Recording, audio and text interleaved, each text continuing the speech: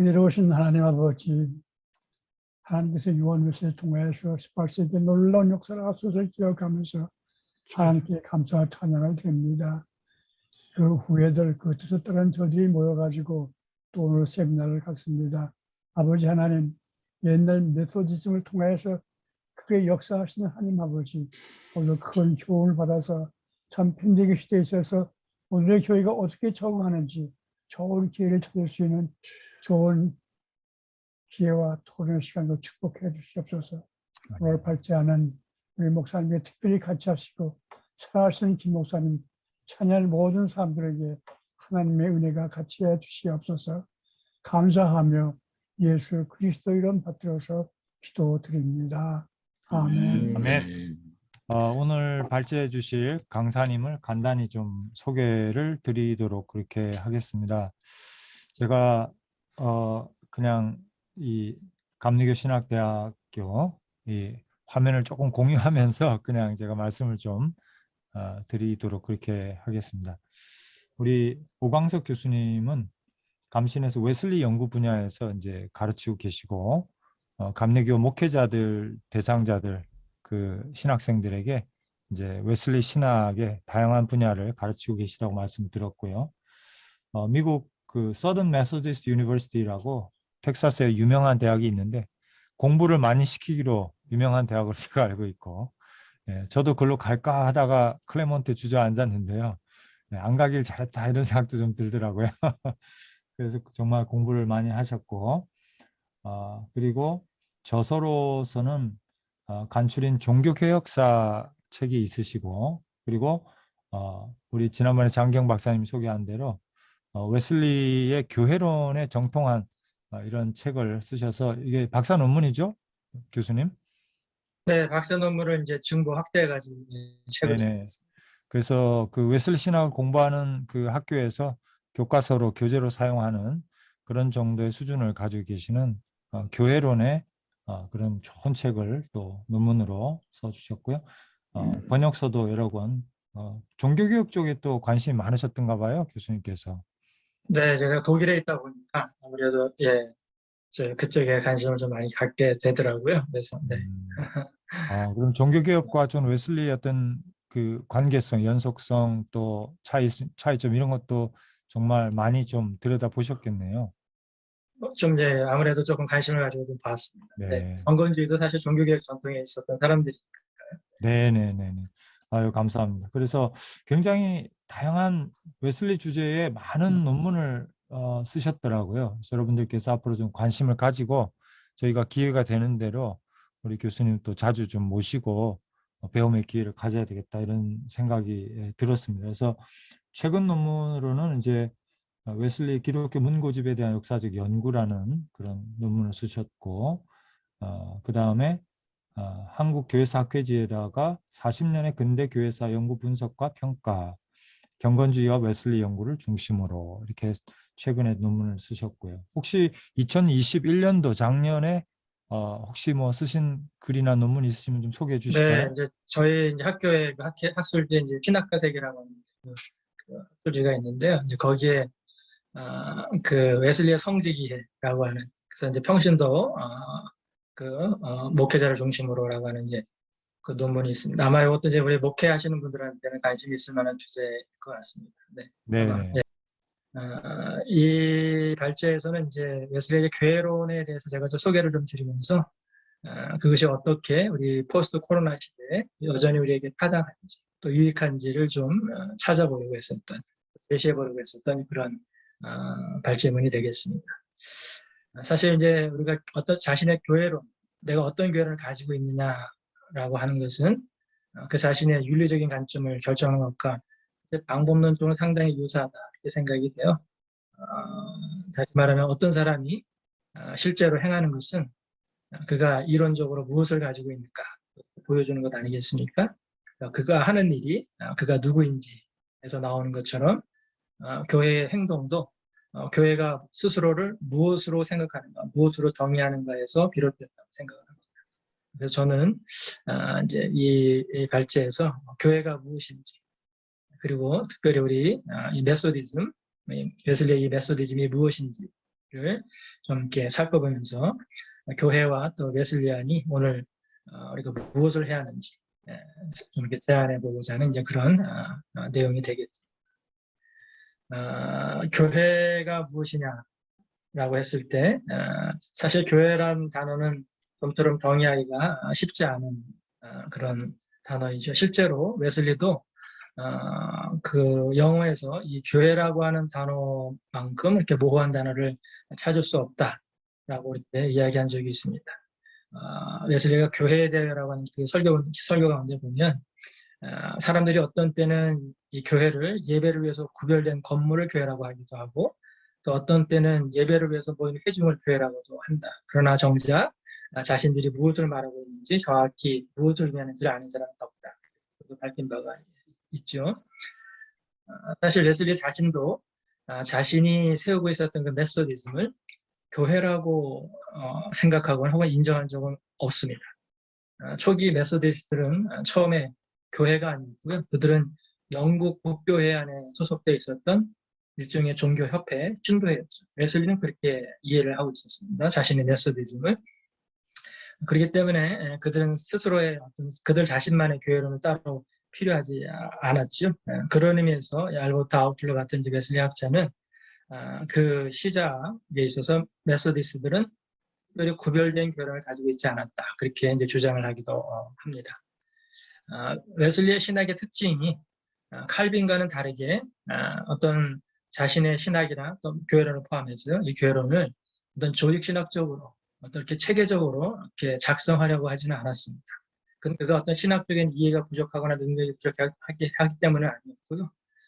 자신의 신학의 목적을 그는 어떤 하나의 어떤 정견, 어떤 진리 체계를 세워가는 것, 혹은 변증을 통해서 그러한 진리를 변화하는 것에 목적을 두지 아니하고 그 자신이 목회하는 가운데 세상 가운데 살고 있는 신자들을 위한 그런 신학을 발전시키고 또 그 신학을 생활 가운데 그들이 실천할 수 있도록 돕는 것에 그 자신의 신학의 목표를 두었기 때문이죠. 보통 그래서 웨슬리는 자신의 그 신학을 설교 강단에서 이제 청중들과 공유했고요. 또 그 웨슬리의 글도 어떤 신학자들이라든가 성직자들만을 위해서 그들을 향해서만 쓰여진 것이 아니라 모든 이제 기독교 독자들을 향해서 이제 쓰여진 내용이죠. 그 이제 웨슬리의 표현대로 하면 그의 신학적인 방법론은 평범한 사람들을 위한 평범한 설명, plain account for plain people 이렇게 이제 웨슬리가 이야기를 한 바가 있는데요. 그러니까 어떤 그런 정교한 어떤 철학적 사변이라든가 또 어떤 복잡한 추론 이런 것은 좀 피하려고 또 지나치게 논쟁적인 신학 이런 것도 사실 이제 피하려고 했고요. 또 가급적이면 뭐 지나치게 어떤 그 박식함이라든가 이런 것을 보이지 않으려고 하는. 그래서 평범한 사람들도 이해할 수 있는 이제 그런 신학을 이제 그가 염두에 늘 두고 그 신학을 했다 이렇게 말씀을 드렸죠. 그런 의미에서 그의 어떤 신학의 대중성, 어떤 실천성 이런 것들이 그로 하여금 어떤 정교한 조직신학적인 글보다는 보통 사람들이 기독교의 메시지를 믿고 또 이해한 대로 살아갈 수 있도록 돕는 그런 글을 쓰도록 글을 이끌었다고 봅니다. 그렇게 해서 그렇다고 해서 이제 이 웨슬리에게는 그 자신의 신학이 없느냐 혹은 자신만의 독특한 교회론이 없느냐 그렇지는 않습니다. 웨슬리는 분명히 사실은 탁월한 신학자이기도 했었죠. 웨슬리의 교회론을 그가 조직 신학적인 책으로 어떤 글로 남긴 것은 없지만 이제 그의 글들을 종합적으로 이제 보았을 때 웨슬리 학자들 가운데 이제 웨슬리의 교회론에서 다양한 이제 그런 견해들을 제시한 것들이 있습니다. 예를 들어서 이제 라텐베리 같은 사람은요, 그의 형제, 그러니까 동생 찰스와 마찬가지로 존 웨슬리는 본질적으로 영국 국교회의 교회론을 가지고 있었고, 따라서 그 영국 국교회를 직접적인 사도적 계승에 의해서 권위를 인정받은 그런 성직자가 목회하는 하나님이 세우신 조직으로 보았다 이렇게 주장을 합니다. 이것은 다분히 이제 카톨릭적 교회에 또 영국 국교회 내에서의 소위 고교회라고 불리는 그 전통의 교회론과 같은 같은 생각을 가졌다라고 이제 해석을 하는 것이죠. 또 존 데시너라고 하는 그 학자는 웨슬리가 하나의 교회론을 가지고 있었는데 그것은 기본적으로 신약 성서의 교회 이해였다 이렇게 제안을 하기도 합니다. 또 슈나이더 같은 이제 그 학자는요, 이 웨슬리가 이 교회를 기능적이고 또 선교적인 실제로 이해하고 있었다 이렇게 보고요. 그런 점에서 웨슬리의 교회론은 소위 제세례파와 유사한 그런 교회론을 가지고 있었다 이렇게 또 해석을 하기도 합니다. 이제 스나이더는 이제 그런 면에서 이제 웨슬리의 이 소위 자유교회의 교회론, 웨슬리가 가지고 있었던 어떤 자유교회 교회론을 이제 강조하는 이제 그런 모습을 보입니다. 또 베이커 같은 우리 듀크에서 공부하셨다고 하셨는데 이제 듀크의 유명한 그 1세대 웨슬리 학자시죠. 이 베이커 같은 분은 성인이 된 이후에 웨슬리는 교회에 대한 근본적으로 다른 두 가지의 견해, 즉 카톨릭 교회의 교회론과 자유교회의 교회론 사이를 오고 왔다 갔다 했다는 것입니다.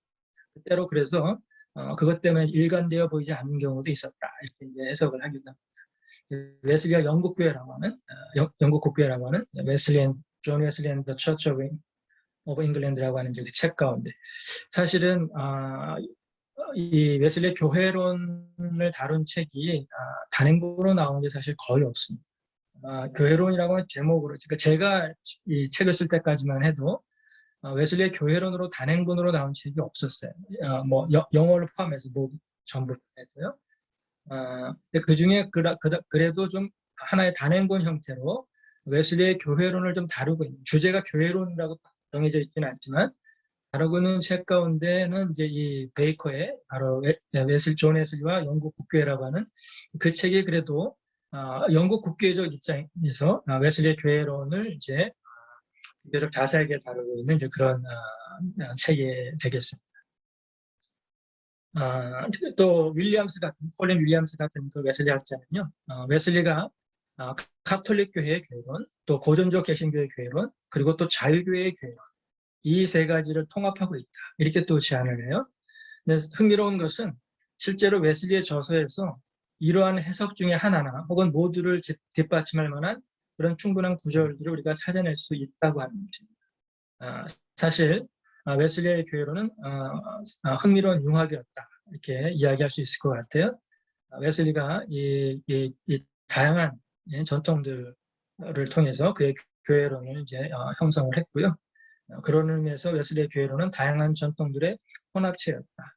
또 그 때문에 자주 그런 다양한 기독교 전통에서 웨슬리를 자신들의 사람이다 이렇게 이제 주장하도록 만들기도 했습니다. 웨슬리의 이런 교회론의 다면적인 특징에도 불구하고 웨슬리가 자신의 이 웨슬리안 운동, 이 메소디스트 그룹을 영국 국교회 내에서의 어떤 특별한 선교기구로 이해했다라고 하는 것은 우리가 부정할 수 없습니다. 그러니까 영국 국교회 안에서 이해했다라고 하면서 부정할 수가 없겠죠. 웨슬리 자신이 영국 국교회 성직자로 그가 일생 남아있기를 원했었으니까요. 교회에 대한 웨슬리의 견해 중 많은 부분이 실제로 18세기 영국 국교회가 가르쳤던 것 상당히 유사했고 그 자신이 영국 국교회와 같은 방식으로 교회론을 주장하기도 하였습니다. 웨슬리는 교회의 본질에 대해서 이야기할 때 자주 영국 국교의 39개 신조 혹은 종교 강령이라고 불리는 그 39개 신조의 제19조항 교회에 대해라고 하는 이 조항을 이제 인용하곤 하죠. 실제로 웨슬리의 설교 교회에 대해라고 하는 설교도 오브 더 처치라고 하는 이 교회에 대한 설교도 바로 실제로 이 제19항 이 영국 국교의 19항을 사실은 해설한 이제 그런 이제 설교 형태를 취하고 있죠. 이제 그 19항의 내용은 그렇습니다. 그리스도의 가시적인 눈에 보이는 것이죠. 그리스도의 가시적인 교회는 하나님의 순수한 말씀이 설교되고 성례전이 그리스도께서 명령하신 대로 적절하게 집전되고 있는 신자들의 회중이다. 이렇게 정의를 해요. 사실 이 정의는 개신교 최초의 신앙고백서인 루터가 멜랑칼톤을 통해서 작성했었던 아우스부르크 신앙고백서, 이제 최초의 개신교의 최초의 신도 신앙고백서라고 할 수 있겠죠. 그 아우스부르크 신앙고백서 제7조항이 교회에 대해서 진술하고 있는데 바로 거의 유사한, 아주 거의 뭐 똑같다고 할 만큼 동일하게 교회를 이제 정의하고 있죠. 예, 그러니까 영국 국교회는 종교개혁 전통 안에서 이제 이 아우스부르 신앙고백서의 교회 이해를 이제 그대로 가지고 왔다고 할 수 있습니다. 여기에는 이제 두 가지죠. 소위 이 말씀성 복음 설교, 그 다음에 성례전 집전이라고 하는 것은 이제 교회의 두 가지 핵심적인 표지로 보는 것이죠. 웨슬리는 교회를 정의할 때 평생 이 제19조항을 따르고 계속 이제 고수했습니다. 이 제19조항의 교회 정의는 교회가 무엇인지와 그리고 교회가 무엇을 하는지에 대한 견해를 잘 결합하고 있습니다. 그렇죠? 교회의 본질이라고 하는 것은 신자의 회중입니다. 신자들, 믿는 그리스도를 주로 고백하는 사람들이 모인 그 모임, 회중이라는 것이죠. 그리고 그 교회가 하는 일은 하나님의 참된 말씀을 설교하고 성례전을 적절하게 집전하는 것이라는 것입니다. 이와 같은 교회의 정의는 웨슬리가 채택한 어떤 그런 전통적인 교회론의 이론이었다. 이렇게 말씀드리겠습니다. 그런데 이 말씀과 성례전이 행해지는 이 예배 중심으로 교회를 이해하는 이러한 소위 전통적인 혹은 이제 고전적인 이 개신교의 교회론은 다소 제한적이라고 하는 것이죠. 왜냐하면 대부분의 교회는 스스로를 예배 공동체, 예배하는 공동체 이상으로 여깁니다. 웨슬리도 설교와 성례전이 행해지는 예배로 모인 신자들의 회중이라고 하는 이 교회 개념을 그는 실제로 신자들의 교제라고 약간 더 급진적이고 자유교회에 가까운 교회론으로 이해했습니다. 우리는 이러한 급진적인 견해를 메소디스트 그룹 내에서의 웨슬리의 많은 실천에서 우리가 찾아볼 수 있는데요. 그 대표적인 사례가 아마 평신도 설교자의 인정, 또 그들의 활용이라고 할 수 있겠죠. 웨슬리에게 있어서 이론은 항상 실천과 정확히 일치하는 것은 아니었습니다. 그의 실천은 39개 신조와 같은 특정 교리적 표준의 틀에 사로잡혀 있는 사람들과는 달리 동시대의 문화적 상황 조건을 고려하였습니다. 웨슬리는 항상 그 시대의 특정한 요구를 만족시키는 실천을 찾아내곤 했습니다. 저는 웨슬리가 영혼 구원의 요구에 우선을 두고 목회를 하고 또 구체적인 상황의 필요에 의해서 통제되고 때로는 정당화되는 보다 실제적이고 기능적인 교회론을 가지고 있었다고 봅니다. 그리고 이러한 실용적 교회 이해는 메소디스트 교회론의 주요 원리가 되었습니다. 웨슬리의 천재성 가운데 하나는 저희 교회에 그런 실용주의에 있었다. 이렇게 보고 있습니다. 18세기에는 누군가가 영국 국교의 교인이 되려고 하면 39개 신조를 믿는다고 서명을 해야만 했습니다. 신조에 서명하지 않고는 투표를 하거나 대학에 다니거나 공직을 갖거나 혹은 일반적으로 시민생활에 온전히 참여할 수가 없었습니다. 그러나 웨슬리는 메소디스트 운동에 참여하기 위해서 메소디스트들에게 특별히 어떤 보조적인 신앙 목록을 요구하지 않았습니다. 메소디스트들의 신도회에 가입하기 위해서 그들이 고백해야 했던 것은 딱 하나였죠. 다가올 진노를 피하고자 하고 또 자신의 죄에서 구원받고자 하는 열망. 그것이 요구되었던 전부였습니다. 이러한 단순한 열망을 이루기 위해서 메소디스트들은 세 가지 규칙. 다시 말하면 이제 첫째는 모든 종류의 악을 피하고, 둘째 모든 사람에게 가능한 종류의 선을 행하고, 셋째 하나님이 제정하신 모든 의식에 참석해야 했습니다. 이 말은 다시 말해서 가능할 때마다 은총의 수단을 이용해야 한다라고 하는 거죠. 이제 세 가지 규칙입니다. 그렇게 하고, 사실 웨슬리의 표현대로 도나 하지 말라. 또 그다음에 두고 선을 행하라. 저는 이제 이 세 번째 이제 하나님의 제정하신 모든 의식에 참석해야 한다. 그것도 시작해서 stay in love with God. 하나님의 사랑 안에 머물러 있어라. 이렇게 이제 보통 학생들에게 이렇게 설명을 하기도 하는데요. 그러니까 앞에 악을 피하고 선을 행하기 위해서는 이제 세 번째도 중요한 것이죠. 하나님의 사랑 안에 머물러 있어야 하는 것이죠. 여기 위해서 우리가 가능한 한 은총의 수단을 사용해야 한다 하는 것입니다. 참 종교는 선한 사람이 되고 악을 피하고 교회에 가는 것 이상을 요구하지만 그러나 그와 같은 일 없이는 존재할 수 없습니다. 이는 기독교인이 되고자 하는 사람이라면 해야 하는 최소한의 기대치이기도 하죠. 메소디스트들이 메소디즘에 가입하고 그 신분을 유지하기 위해서 이와 같은 규칙을 따르도록 요구했던 것은 그들을 교리적으로 시험해 보고자 했던 것이 아니었고요. 이는 현재적 의미를 지닌 그런 구원론적인 초점의 의미를 둔 것이라고 할 수 있습니다. 다시 말하면 메소디즘은 은혜의 수단을 사용하는 것에 대해서 계속해서 관심을 가질 것을 포함하여 신자에게 구체적인 기대를 가지고 있었으며 기본적으로 구원론적인 의도를 가지고 있었습니다. 이러한 구원론적인 초점은 메소디스트 설교자들을 일으키신 하나님의 목적이 무엇인가? 라고 하는 질문에 대한 대답으로 웨슬리가 1763년 대연회를 해서 한 말 가운데 명확하게 나타나 있는데요. 웨슬리는 국가, 특히 교회를 개혁하여 이 땅에 성서적 선교를 전파하기 위해라고 이렇게 대답을 했죠. 이 잘 알려진 대답은 모든 문화에서 웨슬리안들이 자주 반복해 인용하곤 합니다.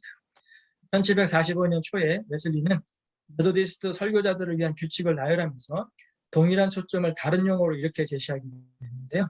당신은, 이 설교자들이 하는 말입니다. 당신들은 오직 영혼을 구원하는 일을 하십시오. 그러므로 이 일을 위해 소비하고 소비되십시오. 그리고 항상 당신을 필요로 하는 사람들뿐만 아니라 당신을 가장 필요로 하는 사람들에게 가십시오. 이렇게 이야기한 바가 있습니다. 웨슬리는 그러한 그러한 구원론적 목표를 달성하기 위해서 가장 효율적이고 또 효과적인 조직이라고 생각했던 것에 메소디스트 지도자들이 일하도록 초점을 맞추는데 그는 상당히 많은 시간들을 보내곤 했습니다. 여기서 우리는 웨슬리가 메소디즘에 기대했던 것이 영국 국교회 혹은 다른 교회에 기대했던 것과 다르지 않다는 것을 우리가 기억할 필요가 있습니다. 실제로 메소디스트를 정의하는 표시는 무엇입니까? 메소디스트는 누구입니까? 라고 우리가 물었을 때 그 질문에 대한 대답으로 웨슬리는 메소디스트는 하나님을 사랑하고 이웃을 사랑하는 사람이다. 그렇게 답을 했습니다. 사실 이 말은 보통 모든 기독교인들에게 우리가 기대하는 바가 아니겠습니까? 그렇죠. 웨슬리가 말하고 있는 것은 결국 진정한 메소디스트란 진정한 기독교인이라고 하는 것입니다. 누가 진정한 메소디스트인가? 진정한 기독교인이 진정한 메소디스트라고 하는 것이죠. 많은 사람들이 이를 알고 가르칩니다. 그러나 웨슬리는 메소디스트는 하나님과 이웃을 사랑함으로써 위대한 계명에 순종합니다. 메소디스트는 실제로 이게 단지 말만이 아니에요. 메소디스트는 실제로 그렇게 하는 사람입니다. 하나님 사랑과 이웃 사랑은 두 가지 기본 경로를 통해서 교회 생활에서 나타나죠. 다시 말하면 예배와 헌신과 같은 경건의 행위를 통해서 우리가 하나님의 사랑이 그리고 사회적 관심과 같은 자비의 행위를 통해서 이웃 사랑이 나타납니다.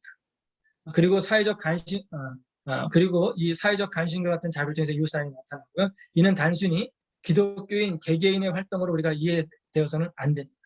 웨슬리는 고독한 종교, 즉 고독한 성교를 인정하지 않죠. 웨슬리에게 있어서는 고독한 종교란 모순되는 이야기죠. 마치 거룩한 간음자와 같이 모순되는 표현입니다. 웨슬리의 그 메소디즘은 때때로 개인 경건이나 개인 성결에 초점을 맞추는 것을 우리가 오해하고 하는데요. 그러나 이는 웨슬리를 온전히 따르는 것이 아닙니다. 웨슬리는 종교를 단지 개인 경건으로 오해하는 것을 막기 위해서 사회적 성결이라고 하는 그 용어를 만들어냈습니다.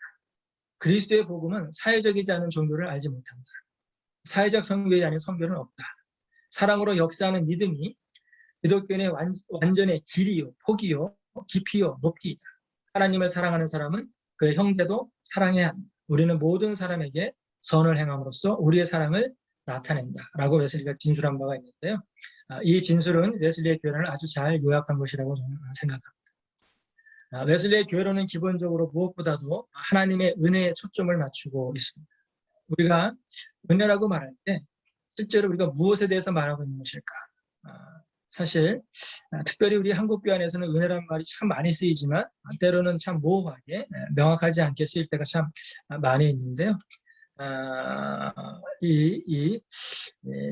보통 이제 나에게 좋은 것, 일반적으로 어떤 우리의 문제를 치유하거나 어떤 내가 힘든 시기를 넘기도록 하는, 그래서 하나님께서 우리에게 주신 어떤 특별한 선물을 가르치는 것처럼 종종 사용되곤 하는데요. 그러나 사실 은혜는 실체, 사물, thing이 아닙니다. 은혜는 관계적인 것이죠. 릴레이셔널한 것이죠.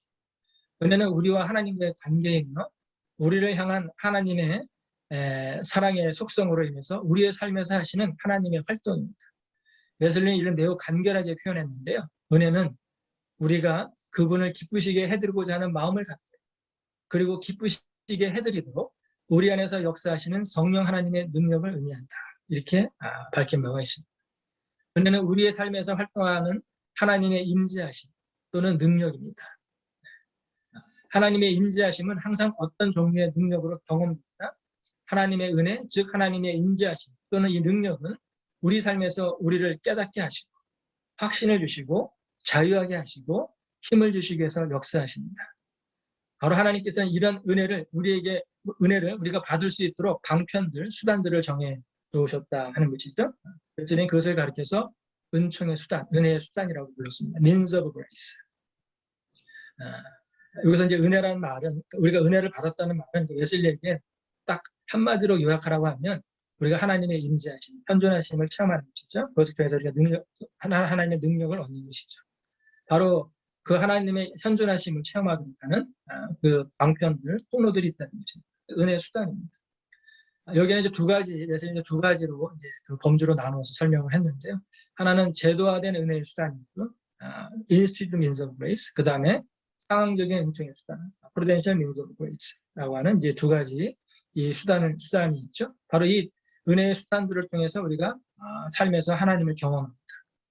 제도화된 은혜의 수단에는 예배, 성찬, 금식, 기도와 같이 우리를 하나님의 현존으로 인도하는 그리스도와 교회가 제정하고 제도로 만들어 놓은 전통적인 경건의 행위들이 여기에 들어갑니다. 이것은 대부분의 우리 기독교인들이 은혜의 수단을 생각하게 되는 경험이죠. 그러나 우리는 이 하나님의 임재하심을 경험하게 되는지는 이런 제도적인 수단 외에도 그 밖에도 사실 하나님을 경험하게 되는 더 많은 것들이 있습니다. 웨슬리는 그것을 가리켜서 상황적 은혜의 수단이라고 불렀습니다.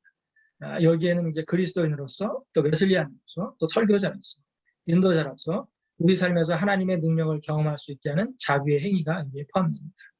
이러한 상황의 은혜의 수단의 예로는 우리는 기독교인으로서 거룩한 삶의 기습을 따라 웨슬리안으로서 속회 및 밴드 모임에서 이런 소그룹 모임에 정기적으로 참석하고 또 설교자로서 모든 속회 및 밴드 모임을 찾고 인도자들을 만나고 인도자로서 모든 직임을 수행하는 것. 웨슬리는 그렇게 설명한 바가 있습니다. 이러한 상황적 은혜의 수단에 우리는 사람들이 하나님의 임재와 능력을 경험할 수 있게 하는 다른 많은 방법을 추가할 수 있습니다. 예를 들어 가르치고 가르치고 설교하고 찬송하고 가난한 사람과 병든 사람 그리고 죄수와 노인을 방문한 것도 다 여기에 들어갈 것입니다. 상황적 은총의 수단에 들어갈 것입니다. 우리가 가난한 사람을 방문할 때 그리스도께서 우리와 함께 가시 그와 같은 방문이 가난한 사람들에게뿐만 아니라 우리에게도 은혜의 수단이 될 것입니다. 이러한 일들을 하면서 우리는 하나님의 임재하심이나 능력을 경험하게 될 것입니다. 메소디즘은 사람들이 다양한 방식, 삶에서 하나님의 임재를 경험하도록 돕기 위해서 웨슬리가 만들었습니다. 메소디스트의 조직과 또 선교 프로그램 모두는 바로 이러한 목적을 염두에 두고 설계되었습니다. 메소디스트 신도회 안에 소그룹 조직, 속회라든가 밴드라든가 선별자반이라든가 이런 등등 다양한 종류의 이런 소그룹 조직들은 교회 안의 제도적 은혜의 수단, 이 성례전을 보완하는 기도, 성경 공부, 재고백 및 기타 경건의 행위를 장려하기 위해서 보완되었습니다. 메소디스트 신도회의 활동도 또한 설교, 공부, 가난한 사람들을 돕고 병자를 방문하는 일 등에서 볼 수 있는 이런 상황적 은혜의 수단을 장려하고 있습니다.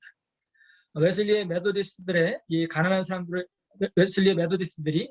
사람들을 도왔다고 우리가 말할 때 우리는 그 당시 메소디스트들의 약 3분의 2가 가난했다라고 하는 것을 기억할 필요가 있는데요. 그래서 메소디스트들은 먼저 자신의 신도회 안에서 가난한 사람들을 돌보는 일이 중요한 과제였죠. 서로가 서로를 돌보도록 저희는 늘 그렇게 권면하고 했습니다.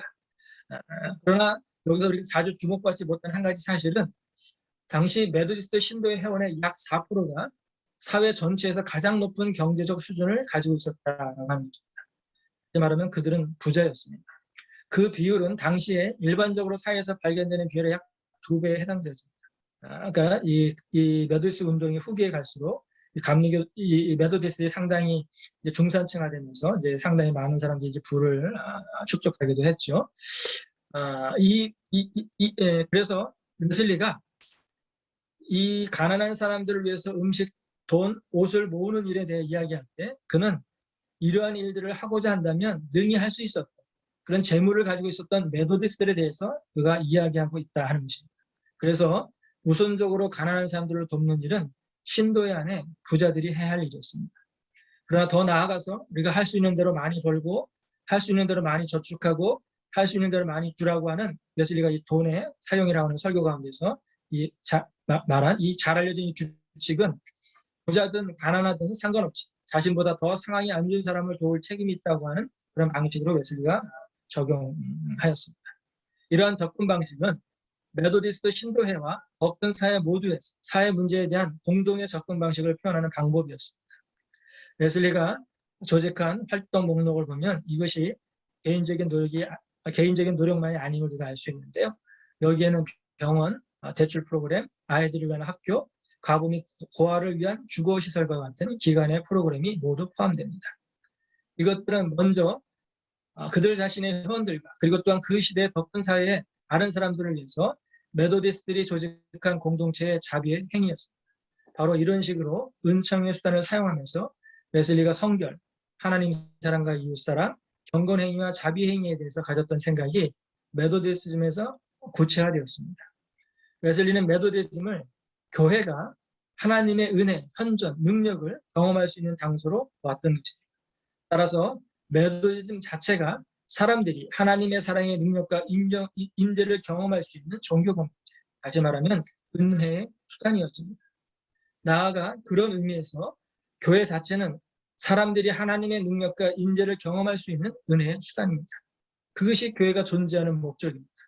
웨슬리는 메소디즘 자체를 개인의 삶과 신자들의 교제 가운데 또한 교회와 나라와 세계 가운데 하나님의 임재하심이 보다 더 체험되어지도록 하기 위해서 세워진 그런 은혜의 수단으로 보았습니다. 따라서 메소디즘은 교인들과 세상에 집단적인 은혜의 수단이 되도록 조직된 운동이라고 우리가 그렇게 말할 수 있을 것입니다. 오늘날 코로나 이후 시대에 교회는 변화에 직면해 있고 또 큰 변화를 겪게 될 것입니다.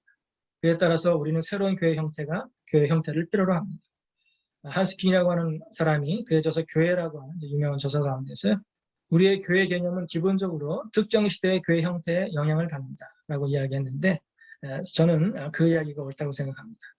교회의 본질은 형이상학적으로 혹은 신학적으로 어떤 변하지 않는 것을 우리가 다루는 그런 문제가 아니라 계속해서 변화하는 역사적 형태로만 존재할 뿐입니다. 그래서 우리가 교회의 본질을 알고 싶으면 우리는 계속해서 변화하고 있는 교회의 역사적 형태를 보아야 합니다. 이는 교회의 본질은 역사 속에서 특정한 시대에 형성되고 구체적인 형태로 규정되어 존재하는 실제적인 교회의 모습 속에서만 파악될 수 있다 하는 것입니다. 웨슬리의 메소디즘도 18세기 영국 사회에서 역사적 형태로 등장했습니다. 그의 교회로는 그를 앞선 다양한 전통들과 특별히 영국 국교회의 영향 아래 형성된 것입니다. 은혜의 수단이라고 하는 개념도 웨슬리의 독창적인 개념이 아니라 사실은 영국 국교에서 그가 배웠던 것입니다. 메소디즘은 교회의 본질에 대한 이론에서 나온 것이 아니라 역사적 형태로 등장했다는 것입니다. 교회의 현재 제도적 형태는 근대성의 산물이기도 하죠. 오늘날의 교회 조직 형태는 특정 시간과 장소에서 생겨난 것입니다. 조직면에서 근대성은 인간의 삶의 모든 측면에 합리적인 질서를 가져오기 위해서 확실성, 예측 가능성, 효율성, 하향식 중앙 집중화를 중시했습니다. 이는 현재 웨슬리안 교회들의 중앙 집중화된 제도적이고 관료적 구조를 다시 가져오기도 했습니다. 그러나 서양에서 소위 기독교 이후 시대의 출현으로 교회 회원의 감소와 교회 기관의 약화는 많은 사람들이 교회의 미래에 대해서 위기의식을 느끼게 합니다. 여기에 코로나 팬데믹으로 인해서 현재의 교회의 위기는 새로운 형태의 교회를 요구합니다. 형태는 변화할 수 있습니다. 메소디즘도 시간이 지남에 따라 운동에서 교회로 또 신도회에서 회중으로 변하는 것입니다. 그러나 변화에는 긴장이 늘 따르기 마련이죠. 그러한 긴장은 무엇보다 예배의 문제에서 두드러지게 나타납니다. 교회는 예배 가운데 말씀과 성례전이 행해지는 신자들의 회중이어야 한다고 이런 고전적인 전통적인 개신교의 교회로는 오늘날 자이든 타이든 비대면 예배가 강요되는 시대 속에서 긴장을 발생시킵니다. 신자들의 회중이라고 하는 말은 함께 모인다는 의미를 갖고 있죠. 회중이라고 하는 말은 전통적으로 교회는 예배를 위한 공동체로 함께 모여서 예배하고 그 예배를 통해서 온전한 교제를 나눴습니다. 그런데 팬데믹 상황은 모임을 기초로 하는 교회들의 변화를 요구하고 있습니다. 온라인 예배에서는 성도들의 교제가 단절되거나 매우 제한적일 수밖에 없습니다. 특히 그와 같은 매체가 익숙하지 않은 분들에게서는 그런 이들은 소외될 수밖에 없겠죠. 이 어려운 것은 또 성례전의 문제입니다. 온라인 예배에서 어떻게 우리가 세례를 베푸고 성찬을 받을 수 있을까는 분명히 많은 논의가 또 필요한 문제일 거죠. 현재 많은 논의가 되어지고 있는 주제이기도 하고요. 그러나 여기서 다시 우리는 교회의 형태는 시대와 상황에 따라서 변화할 수 있고 또한 변화했다는 것을 기억해야 합니다. 저는 오늘날의 교회와 메소디즘을 은혜의 수단으로 보았던 웨슬리의 교회론을 다시 숙고할 필요가 있다고 생각합니다. 교회가 무엇을 하는가, 무엇을 해야 하는가는 역사적인 상황에 따라서 달라질 수 있습니다. 교회가 사람들이 하나님의 현존을 경험하도록 하는 수단에는 많은 것이 있습니다. 상황에 따라서는 온라인 매체도 은혜의 수단이 될 수 있습니다. 교회는 제도적이고 상황적인 은총의 수단을 통해 하나님의 은혜, 현존 능력을 경험할 수 있는 장소고 또 교회 자체가 은혜의 수단이기 때문에 그렇습니다. 은혜의 수단으로서의 교회의 이러한 정의는 교회가 무엇을 하는가를 결정해 줍니다. 교회의 행동은 교회가 스스로를 어떻게 생각하는가에서 비롯되기 때문이죠. 웨슬리에 의하면 교회와 기독교인은 경건의 행위와 자비의 행위, 이 두 가지 행위를 할 뿐이다. 그렇게 이야기를 했는데요. 우리는 경건의 행위를 통해서 개인적인 성결, 그리고 자비의 행위를 통해서 사회적인 성결을 실현합니다. 웨슬리의 신학은 성결에 대해서 강조하고 있습니다. 웨슬리는 메소디즘의 사명을 이 땅의 성서적 성결을 전파하는 것으로 그렇게 이야기하곤 했죠. 흥미롭게도 웨슬리의 성결 이해는 오늘날 팬데믹 상황에서 매우 유익하기도 한데요. 웨슬리는 영혼의 성결이 신체의 정결함과 깊은 관계가 있고 또 이런 전인적인 정결함이 항상 일상생활에서 몸, 의복 그리고 집안의 깨끗함과 같은 이런 실제적인 형태로 나타내야 한다는 것을 강조하였습니다. 웨슬리가 의복에 대한 설교 가운데서요. 정결함은 신앙심과 다름이 없다. 이렇게 말한 바가 있습니다. 위생과 깨끗함에 대한 강조는 웨슬리의 신학적 의학적 특징 가운데 하나입니다. 몸과 주변을 깨끗하게 하는 일상적인 일들은 종교적인 의미를 가지고 영적인 종교성은 물질을 깨끗하게 하는 반복적인 일들을 통해서 일상으로 들어오게 되었습니다. 웨슬리는 당시에 만연한 질병을 치유하는 데 많은 관심을 가지고 의학과 의술을 공부하기도 했고요. 또 원초적 의술, 프리미티브 피직스라고 하는 이 원초적 의술이라고 하는 소책자를 출간하여서 사람들에게 도움을 주기도 하였습니다. 또한 당시 기독교인들은 목회적인 돌봄의 한 형태로 의료적인 도움을 줄 수 있었는데 메소디스트 조직은 중간 지도자들을 통해서 교인들을 돌보는 유기적인 체계로 잘 조직되어 있었습니다.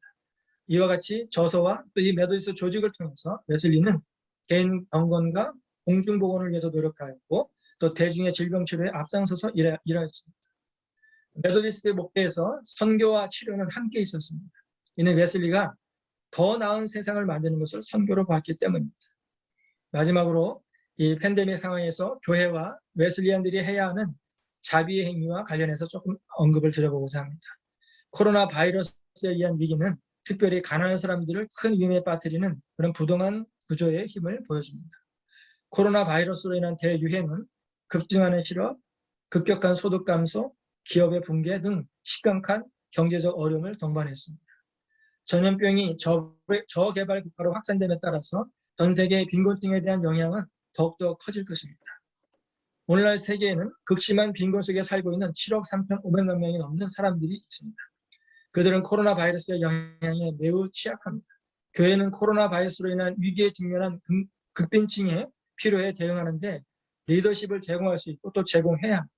교회는 교회 자신을 위해서 존재하는 것이 아니라 세상의 구원을 위해서 존재합니다. 그것이 웨슬리안의 정신이고 또 메소디스트의 정신입니다. 네, 경청해 주셔서 감사합니다.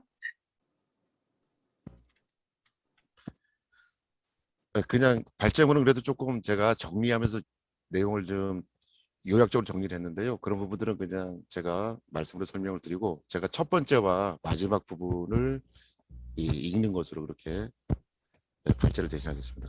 먼저 발제하기 앞서서 이것은 논찬이라기보다는 오광석 박사님의 웨슬리의 교회론을 소개한다라는 개념으로 이해를 해주셨으면 감사드리겠습니다.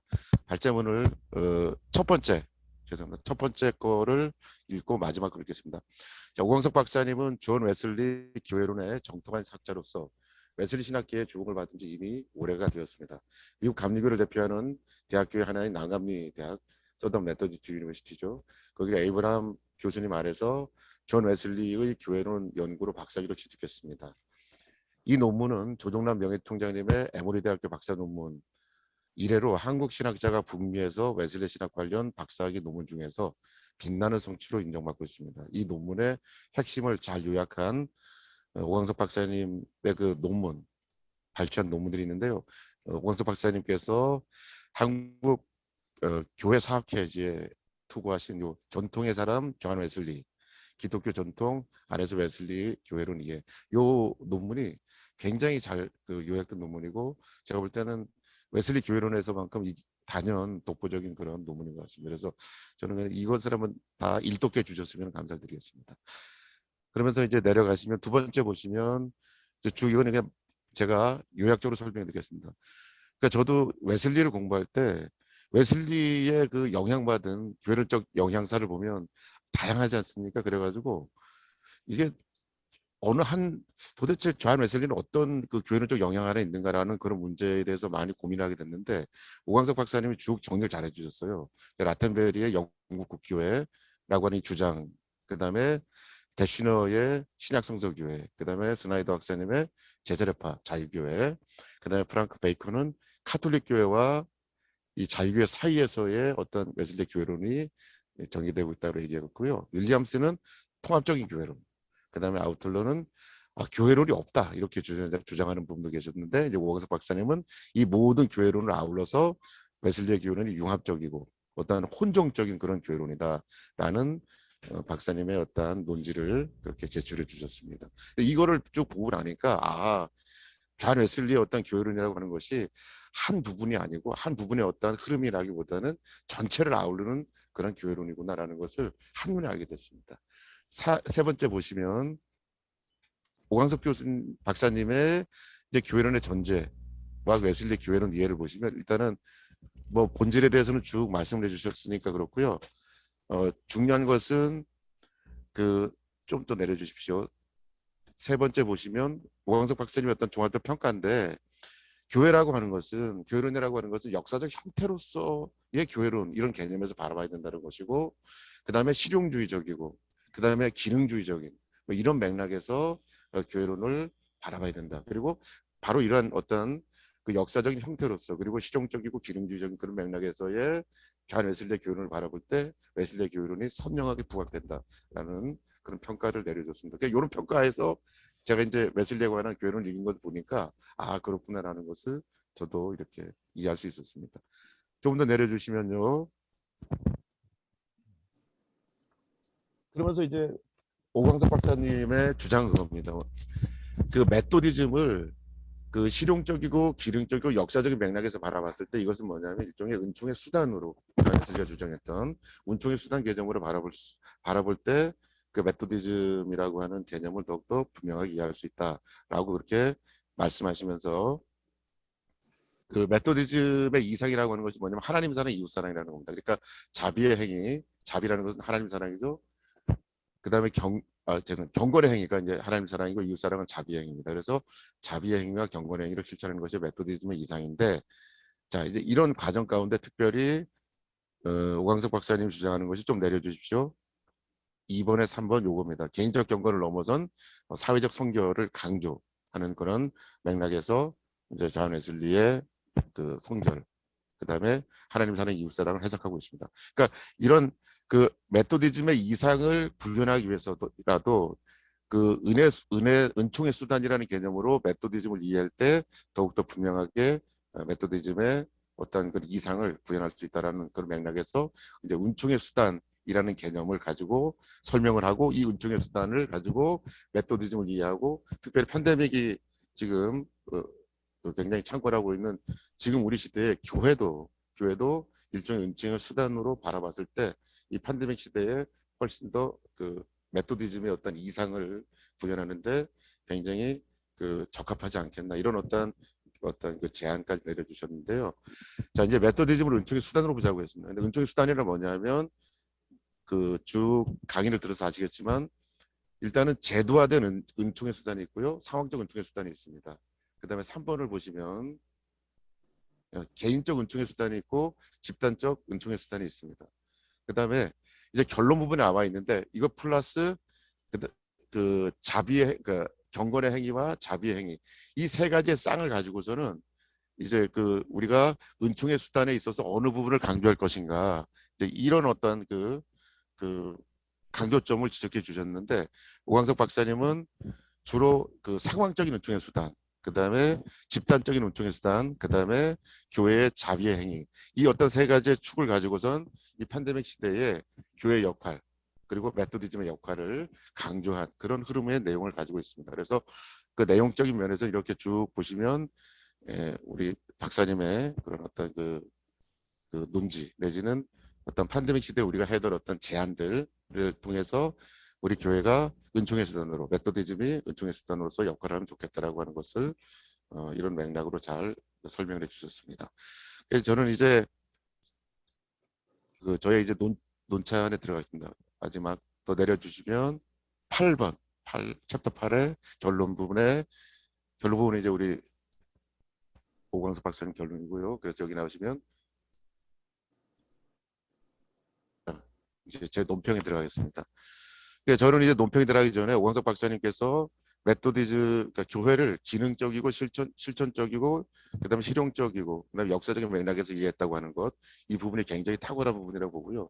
이런 또 부분에서 메토디즘을 은총의 수단으로 보자라고 하는 제안도 굉장히 빛난 듯한 그런 제안인 것 같습니다. 그리고 이 팬데믹 시대에서 그러면 우리 교회도 은총의 수단이라는 개념에서 바라봤을 때 이 어떤 팬데믹을 함께 우리가 고통 가운데 있는데 우리 교회가 이 세상을 향해서 타자들을 위한 그런 귀한 그 그리스도의 몸된 교회의 사명을 다할 것이 아닌가라고 하는 그런 제안도 탁월했습니다. 근데 은총의 수단에 있어서 이제 제가 이제 그 조금 전에 말씀드렸듯이 상황적인 은총의 수단, 그 다음에 집단적인 은총의 수단, 그 다음에 자비의 행위 이런 흐름으로 이를 강조했다는 것. 이건 저도 충분히 공감을 하지만 동시에 그 제도적인 은총의 수단, 그 다음에 개인적인 은총의 수단, 그 다음에 그 자비 행위도 중요하지만 경건의 행위, 요 라인의 어떠한 흐름도 우리가 그 메토디즘이나 아니면 교회론의 입장에서는 반드시 그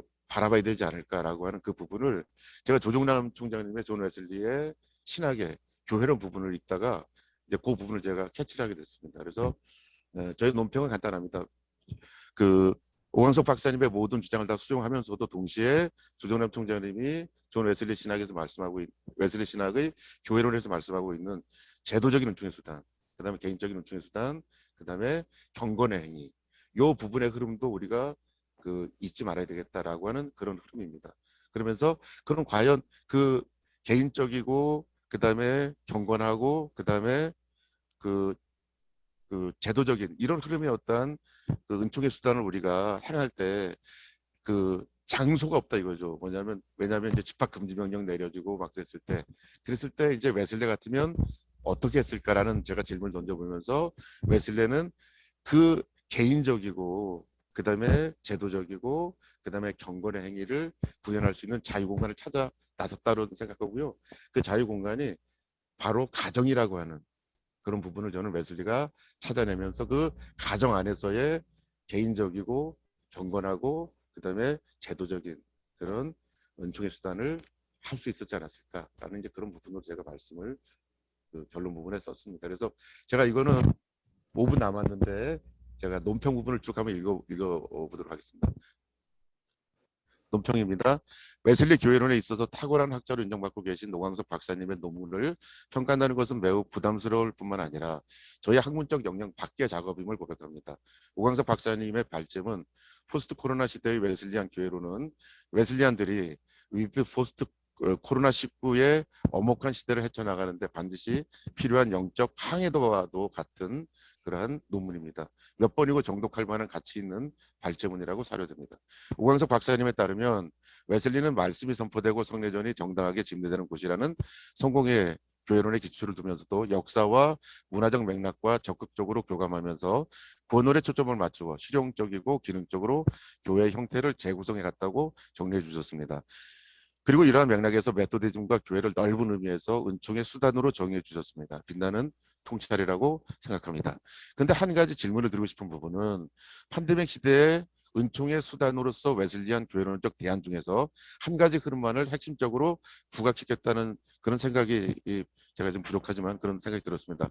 그래서 이제 조정남 총장님의 그 요한 웨슬리의 신학 교회론을 쭉 읽다 보니까 제 개인적으로 이런 생각을 하게 됐습니다. 그러니까 오광석 박사님은 은총의 수단을 정밀하게 이해하기 위해서 제도화된 은혜의 수단, 상황적 은혜의 수단, 그다음 개인적 은혜의 수단, 집단적 은혜의 수단, 그리고 경건의 행위, 자비의 행위 이렇게 이제 많이 분류를 하셨는데 이제 그러면서 팬데믹 상황에서 메토디즘과 교회는 이 중에서 이제 상황적 은총의 수단, 집단적 은혜의 수단, 그리고 자비의 행위를 강조하는 넓은 의미의 은혜의 수단이 될 것을 주로 강조하고 있다는 것을 발견이 됐습니다. 이런 강조를 제가 한번 정리해 보면 제도화된 은총의 수단, 상황적 은총의 수단, 그다음 개인적 은총의 수단, 집단적 은총의 수단, 그다음에 경건행위, 자비행위 중에서 이 아랫부분을 주로 많이 강조를 했는데 조정남 총장님 책은 또 윗부분에 대한 강조가 있다는 것을 제가 확실히 알았습니다. 그래서 이 오광석 박사님의 어떤 이 아랫부분의 강조도 중요하지만 또 윗부분도 우리는 잊지 말아야 되지 않겠나라는 저의 어떤 그런 그 생각, 제안을 제가 드려봅니다.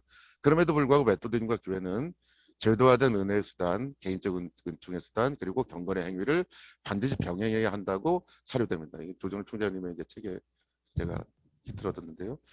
존 웨슬리의 부흥운동을 자세하게 관찰해 보면 무란의 위기 속에 있었던 영국 사회를 성결의 복음으로 변화시키기 위해서 제도화되고 개인적인 은혜의 수단을 동원했을 뿐만 아니라 경건의 행위를 직접적인 소통의 형식으로 강조한 것임을 알 수 있습니다. 즉 교회의 화려한 소교 강단이 아니라 이제 웨슬리죠. 들판이나 언덕에서 가난하고 비천한 인생들을 향하여 성결의 복음을 외치고 직접성이 강조된 그런 부흥운동이었다는 겁니다. 그리고 간헐적으로 시행되었던 성례전, 이건 이제 제도적인 성례전이죠. 제도적인 은총의 수단인데 이 간헐적으로 시행됐던 성례전을 빈번하고 지속적으로 시행했습니다.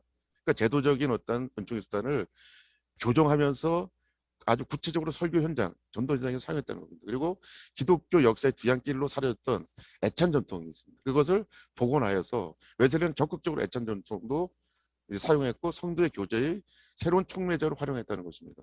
그리고 서민 대중들이 쉽게 부르는 민요나 가요 가락의 후렴구에 복음의 가사를 입혀서 누구나 쉽게 하나님을 찬양할 수 있는 콘트라팍타라고 하는 그런 찬송 개념도 널리 활용했다는 것입니다. 그러니까 제도적인 은총의 수단을 그 시대에 맞춰서 고쳐서 적극적으로 사용했다는 그런 모습을 볼 수 있습니다.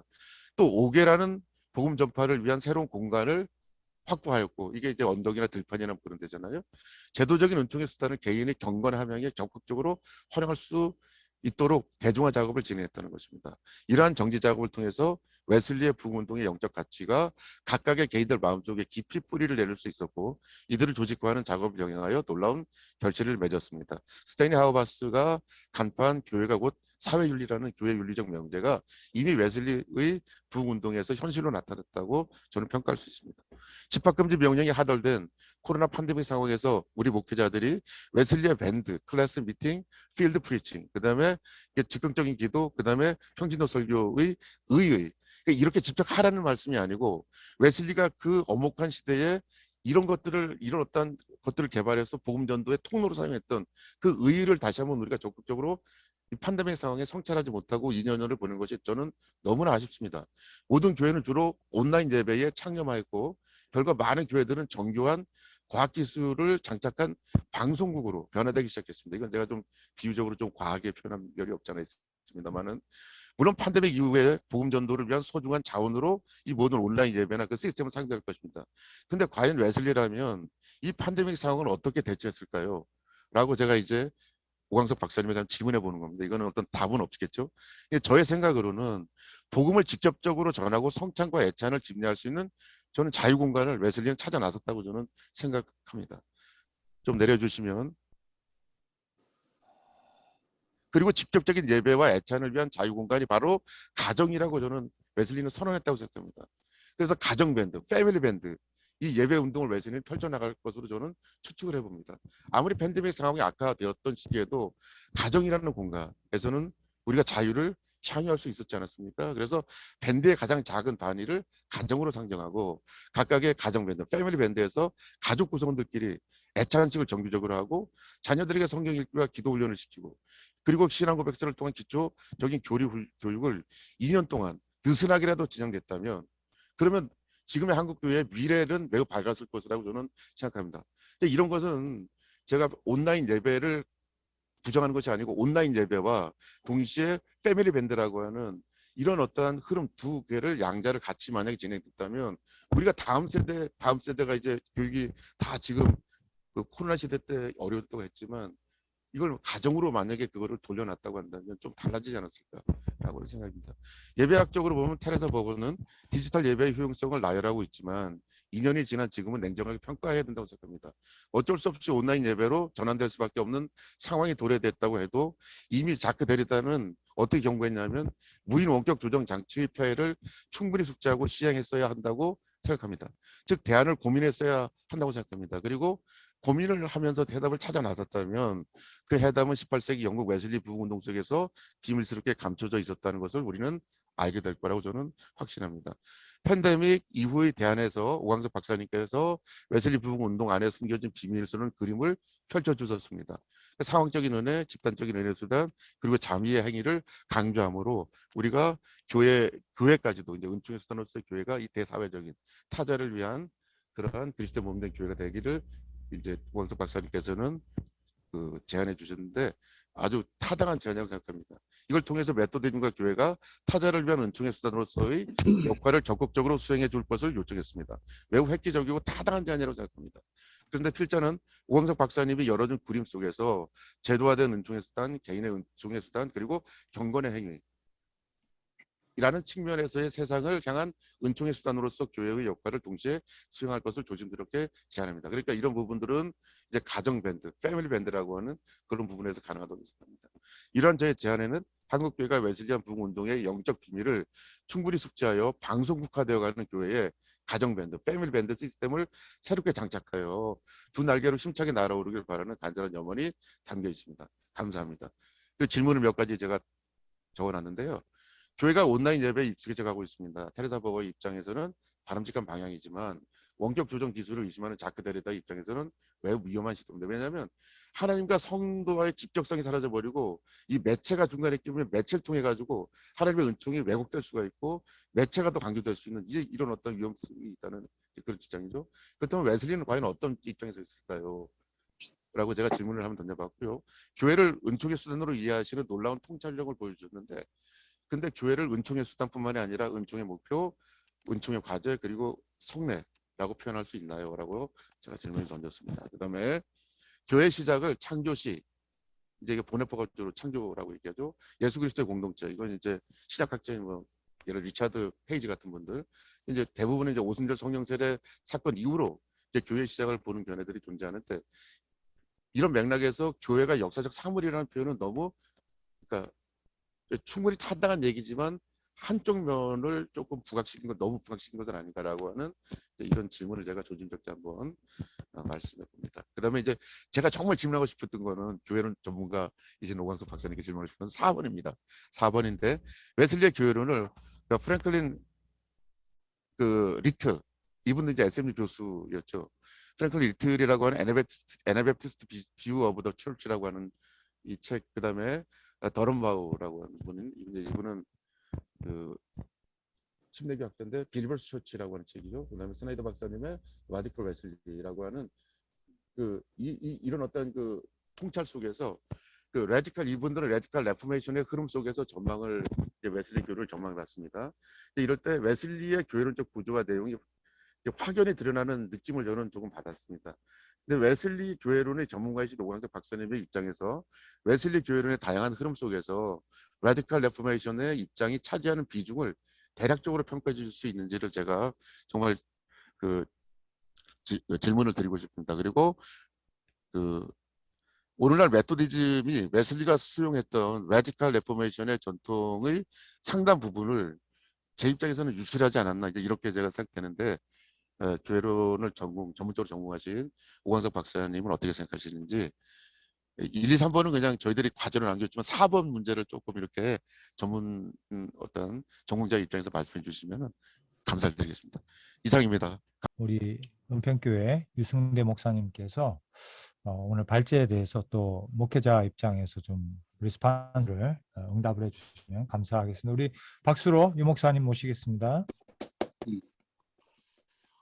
저는 우리 교수님 발제 내용을 쭉 읽어보면서 목회 현장에서의 또 저의 목회와 저 목회해 보면서 몇 가지 생각해 보았습니다. 교회 본질은 신자들의 해중인데 교회가 하는 일이 하나님의 참된 말씀의 설교와 성례전을 이제 적절히 집전하는 것이다라고 하고, 이 팬데믹 상황에서는 더더구나 성례전이 이제 거의 뭐 잘 드려지지 않는데, 그래서 웨슬레는 또 다른 책을 찾아봐도 매주 성찬식을 했다 이렇게 또 나와 있고 한데, 오늘날 목회 현장에 있는 저로서는 아직까지 지금 목회를 수십 년 이렇게 해오면서도 성찬의 그 목회적 의미에 대한 이 부분이 제가 참 아직은 그 깊음을 헤아리기가 참 부족하다. 그래서 교회에 아까 하나님 말씀을 설교하는 것과 성례전을 적절히 집리하는 이 가장 두 가지로 먼저 볼 때 오늘날 개신교의 그래도 거의 중심부는 하나님 말씀을 설교하는 것이 거의 중심이 되어져 있고, 성례전은 그만 1년에 때로는 한 2번씩 정도 이렇게 하면서 성례전의 깊은 웨슬레가 매주 행했던 그 성례전의 그 깊이에 대해서는 목회 현장에 실제로 목회하는 사람으로서는 무게감과 중요성과 또 그때 하나님의 임재와 이런 것에 대해서 아직은 깊이 참 누리지 못하고 있다라는 생각이 저는 들고, 그럼 이제 말씀 중심의 목회를 했는데 목회의 그런 어떤 그 성례전에서 은혜가 별로 없음으로 인해서 뭐 결핍이 있냐, 이건 또 목회 현장에서 별로 그렇게 느끼지는 못하겠다는 거죠. 하나님의 말씀이 중심이 될 때 목회 전반적인 그 생명력과 역동성은 변함없이 이렇게 또 진행되어져 가는 것을 볼 때 지난번 트리니티 또 그 대학 교수님 이 성찬식을 가지고 논문을 쓰신 분하고 교제를 좀 해보면서도 그런 질문을 해보았습니다만, 참 이 성례전과 이 오늘 목회 현장에서의 그런 어떤 실제 그 생명력, 임재, 이런 부분에 대해서는 너무 참 이제 참 부족하다. 이런 부분들이 참 전 많구나 이런 생각을 해보게 됐고요. 두 번째는 이 참 오늘 말씀이 이제 뒤에 조금 계속 연결되는 것이, 이 메소디스트는 하나님을 사랑하고 이웃을 사랑하는 이 이제 성경 전체의 큰 두 줄기라고 할 수 있는데, 하나님 사랑은 예배와 헌신 같은 경건의 행위로 하나님 사랑이 표현되고, 그리고 이웃 사랑의 실천은 사회적 관심, 자비의 행위로 이제 이웃 사랑이 이렇게 실천된다. 이런 이제 부분들 뭐 교회 목회적 상황에서 가장 두 개 큰 틀 기둥이라고 생각이 되는데, 그래도 이 교수님의 또 이 발제를 쭉 읽으면서 나의 목회에서 정말 그 하나님 사랑과 이웃 사랑의 이 균형감, 이런 부분의 균형감은 좀 잘 이루어지고 있는가라는 것을 좀 생각해 보게 되면서 저의 목회 현장에는 하나님 사랑 쪽에 100% 중에 한 70%가 가 있고, 이웃 사랑에 대한 부분은 한 30% 정도의 이런 비율이 되어져 있다라는 부분을 제 목회를 현장을 바라볼 때는 그 균형감이 하나님 사랑 쪽에 이 예배와 말씀과 기도와 이런 쪽에 더 비중을 현실적으로 많이 두고 있구나라는 것을 느끼면서 나름대로 또 깨달음이 좀 있었다고 할 수가 있고요. 그리고 세 번째는 오늘 이 웨슬레가 은혜를 설명할 때 이 은혜는 하나님 우리의 삶에 활동하는 하나님의 임재 능력입니다 이렇게 표현했고, 하나님의 임재하심은 항상 어떤 종류의 능력으로 경험됩니다. 하나님의 은혜 즉 하나님의 임재하심 능력은 우리 삶에서 우리를 깨닫게 하고 확신을 주고 자유롭게 하고 힘을 주시기 위해 역사합니다 하면서 웨슬레가 은혜를 거의 하나님의 임재하고 이제 동의어 정도로 이렇게 이제 보면서 굉장히 웨슬레가 예배의 하나님의 임재하심에 대해서 굉장히 강조를 많이 하고, 그만큼 예배의 하나님의 임재 가운데 실질적인 인격적인 하나님의 만남, 예배의 어떤 하나님의 생명력과 역동성, 살아있는 예배, 그런 참 그런 부분에 웨슬레의 목회가 그 어떤 다이나믹하고 생명력이 있고 그 임재를 굉장히 강조하는 그것이 웨슬레의 그 부흥의 역사와 그의 그 하나님의 임재의 역점을 기울였던 것과 참 많이 연관이 되면서 오늘날 교회 현실의 이 하나님의 임재 이런 부분을 많이 생각하게 하고 또 정말 은혜가 막연한 그저 은혜가 아닌 구체적인 하나님의 임재, 하나님의 실제적인 능력, 그것이 실제적으로 깨달음과 확신과 자유와 힘을 주는 실제적인 신앙의 생동감, 이 부분이 웨슬레의 목회의 사역의 전체의 그래도 가장 중심부를 꿰뚫고 있는 생명력이구나, 이런 부분에 대해서 많이 동감이 되어졌다라고 할 수 있고, 그다음 네 번째는 이제 이 웨슬레의 그 은혜의 수단이 제도화된 은혜의 수단, 상황적 은혜의 수단에서 이제 제도화된 은혜의 수단은 예배, 성찬, 금식, 기도고, 이 이제 상황적 은혜의 수단은 이 자비의 행위로 주로 가난한 사람을 도운다든지 여러 가지 부분, 또 그것이 개인적인 것뿐 아니라 공동체적 자비로 병원, 대출 프로그램, 아이들을 위한 학교, 가부, 고아,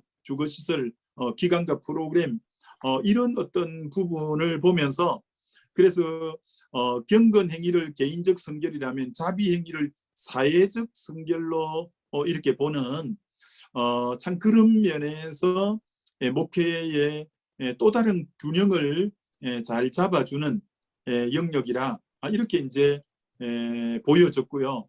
자, 그럼 이제 구체적 마지막으로 코로나 2년 동안 코로나 속에 이 팬데믹 속에 저의 목회와 그럼 오늘 말씀과 실제 2년을 경과하면서 경험한 부분들을 볼 때 그러면 여러분 참고하시게끔 코로나인데 지난 한 해 우리 교회는 이제 전도가 교회 학교까지 다 합쳐서 891명이 전도가 됐고요. 891명. 재정은 4억 8천 정도가 상승이 됐습니다. 약 5억 정도가 이렇게 이제 상승이 됐는데, 그럼 이 팬데믹 상황에 뭐 이 온라인과 이런 상황임에도 불구하고 이 891명이 전도가 되고 약 5억 정도의 재정이 이제 플러스가 됐는데, 그럼 과연 이 팬데믹의 이 코로나 상황의 목회의 역점이 무엇이었는가라는 측면으로 볼 때 저의 목회의 가장 핵심은 이 웨슬레적으로 생각한다면 이 제도적 은혜의 수단인 예배와 기도에 제일 역점을 기울인 거죠. 그래서 이 뭐 코로나 상황에도 새벽 기도는 거의 매일 300명 이상은 항상 모여서 이 새벽 기도가 되어졌고, 그리고 새벽 기도를 좀 많이 강조하는데, 새벽 기도의 현장에 나오지 못하는 분들은 영상으로 거의 많은 분들이 동참하게 해서 그러니까 영상으로도 하루에 클릭 수가 항상 1000명 정도가 넘어갔으니까요. 그래서 예배에 주님의 임재가 있게 하고 말씀을 온 힘을 기울여서 증거함으로 예배 속에서 은혜 받게 하는 뭐 이걸 이제 좀 방금 웨슬레식으로 표현하면 임재를 좀 경험하게 하는 이 부분이 좀 역점을 기울였을 때 온라인으로도 등록한 분이 지난 한 해 한 60여 명 이상이 온라인으로도 이제 등록하고 이랬으니까요. 그래서 이제 아무리 팬데믹이고 코로나지만 우리가 예배와 기도의 이 제도적 은혜의 수단에 역점을 기울이는 이 부분은 절대 간과할 수 없고, 이 부분이 돼야 방금 이제 상황적 은혜의 수단 자비의 행위로서의 그 부분의 원동력이 되니까 그래서 이 지금 코로나지만 글자 그대로 본질로 돌아가서 예배와 말씀과 기도에 도리어 더 올인하고 더 주님의 임재가 있게끔 우리가 마음을 쏟으면 아무리 팬데믹이고 코로나라도 주님과의 인격적인 만남에 역점을 기울이고 말씀과 기도에 역점을 기울이면 뚫고 나갈 수가 있다라고 생각이 되고, 그러면 이제 자비적 이 행위, 상황적 이제 은혜의 수단으로는 우리 지난주에도 이제 선교사를 3분 파송하고, 지금 이제 우리 교회 1층에 이 축복의 통로라고 은평구청과 함께 발달장애인을 위한, 이건 그러니까 하나의 공동체적 자비 행위가 되겠죠. 그런 지금 공사가 대대적으로 이루어져서 발달장애인들을 우리가 돕기 위한 부분들, 물론 이제 뭐 가난한 자를 돕고 이런 이제 그 자비의 행위, 또 상황적 어떤 부분도 겸해서 우리가 하고 있다, 이렇게 생각이 되어집니다. 그래서 결론은 아무쪼록 이 코로나 상황이라고 너무 이제 이게 별천지와 다른 세계라고 생각할 필요가 저는 없다고 생각하고, 그래서 이 교회는 이제 소그룹이 이제 웨슬레가 이 속회와 밴드 세일을 웨슬레로부터 어떤 의미로 출발했다고 할 수 있는 것처럼, 교회는 이 공동체가 안 되고는 생명력이 없으니까 끊임없는 온라인 줌으로 또는 교회에서 거리두기를 통해서 구역 예배로 이런 부분에도 우리는 최대한 이런 공동체 모임에 2년 동안 애를 써왔죠. 왜냐하면 공동체가 안 되면, 소그룹이 안 되면 생명력은 없어지니까요. 그래서 지금 앞으로 코로나가 장기적으로 갈 것을 볼 때 그래도 예배에 집중하고 기도에 집중하고, 그리고 소그룹의 이 세어링을 통해서 서로 기도하고 하는 소그룹 모임에 역점을 기울이고, 또 뿐 아니라 자비의 행위로서 끊임없이 개인적인 것뿐 아니라 공동체적 자비 행위도 아울러서 병행하면 얼마든지 이 코로나 팬데믹 상황에서도 교회는 또 주님의 은혜 안에 길이 있고 생명력이 있고 역동성이 있을 수 있다, 이렇게 저는 느끼게 됩니다. 이상입니다. 일단 발제해 주신 우리 오 교수님 응답을 오광석 교수님께서 전부 다 말씀하시기 어려울 것 같고 간략하게 포인트만 좀 잡아서 주시고 우리가 플로어에서 같이 좀 토론을 하도록 하겠습니다. 네, 너무 또 좋은 말씀도 해주셨고요. 또 질문 속에 사실 또 대답을 또 이미 주신 부분도 좀 있고 해서 이제 많은 질문 중에 어떤 것을 선택을 해야 될지 좀 고민이 좀 되는데요. 우선 하나는 이제 성례전의 문제가 두 분 모두가 좀 이렇게 제시가 된 것 같습니다. 웨슬리는 사실 이제 성례전을 은총의 수단으로 보았죠. 은총의 수단 가운데 사실 웨슬리가 가장 강조한 것 중에 하나가 성례전이거든요. 성례전. 이제 사실 성례전이 무엇이냐에 이것부터가 사실은 또 좀 우리가 대답해야 될 중요한 물음이기도 하고 또 그 속에서 우리가 그 성례전의 의의를 찾을 수 있을 것 같은데 전통적으로 사실 교회에서 초대교회로부터 성례전의 이해는 보이지 않는 은총을 보이는 것으로 이렇게 표지하는 것. 이게 사실 이제 일반적인 성례전에 제가 이해하고 있는 이제 그 의미입니다. 그러니까 이 보이지 않는 것을 보이는 것으로 표지하기 위해서는 어떤 물질을 통해서 우리가 표현하는 거죠. 세례 같은 경우는 물이 될 것이고 성찬에서는 포도주와 빵이 되겠죠. 이게 그래서 이제 중요한 것이 이 물질성. 이제 일반적으로 교회가 전통적으로 성례전을 강조할 때 이 물질성을 통해서 표지라고 하는 것 그리고 재정. 이제 이 재정이 또 중요한 의미를 갖는데 이런 것들이 이제 아마 이제 성례전의 중요한 의미인 것 같습니다. 근데 웨슬리는 이제 이런 것들을 이 보이지 않는 은혜를 보이는 것으로 표지하는 단순히 이게 표지로 끝나는 것.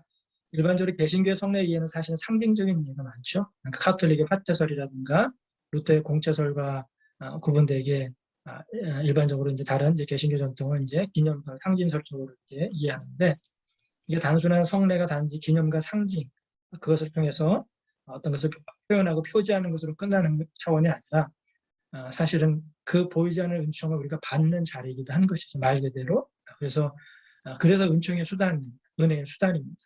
그러니까 이 은혜의 수단이라고 하는 개념은 사실은 오랜 전통을 가지고 있습니다. 영국 국회로부터 출발된 것도 아니고요. 거슬러 올라가 보면 이미 초대교회로부터도 이러한 은혜, 은총의 수단, 은총의 통로라고 하는 것들에 대한 그런 이해들은 교회에서 계속 전해져 내려왔었죠. 성례전의 의미를 좀 그렇게 생각해 볼 수 있을 것 같습니다. 이런 성례는 특별히 제도적인 은총의 수단 중에도 공동체, 그러니까 집단적 은총의 수단이 되겠죠. 그러니까 예배라든가 성례전 같은 것은 이제 우리가 홀로 하는 것이 아니라 우리가 공동체 속에서 이루어지는 것이 아니겠습니까? 그래서 집단적인 제도적 은총의 수단이라고 할 수 있을 것이고, 기도나 금식 같은 이런 것들은 이제 개인적인 제도적인 은총의 수단 분류해 볼 수 있을 것 같습니다. 또 상황적인 은총의 수단도 사실은 이게 공동체적인 것만은 아니고요. 상황적 은총의 수단도 개인적인 것이 있고 또 집단적인 것이 있죠. 개인적으로 내가 자선의 활동들, 사랑의 실천을 행할 수도 있고요. 또 집단적으로 우리 목사님 말씀하신 것처럼 교회가 하는 여러 가지 좋은 또 이런 공동체가 하는 좋은 일들이 있습니다. 더 나아가 보면 일반적으로 제도적 은총의 수단은 이제 웨슬리계에는 이제 경건의 행위들과 일반적으로 이렇게 연결되는 것을 보게 되고요. 그다음에 상황적 은총의 수단은 이제 자비의 행위와 일반적으로 연결되어 있는데요.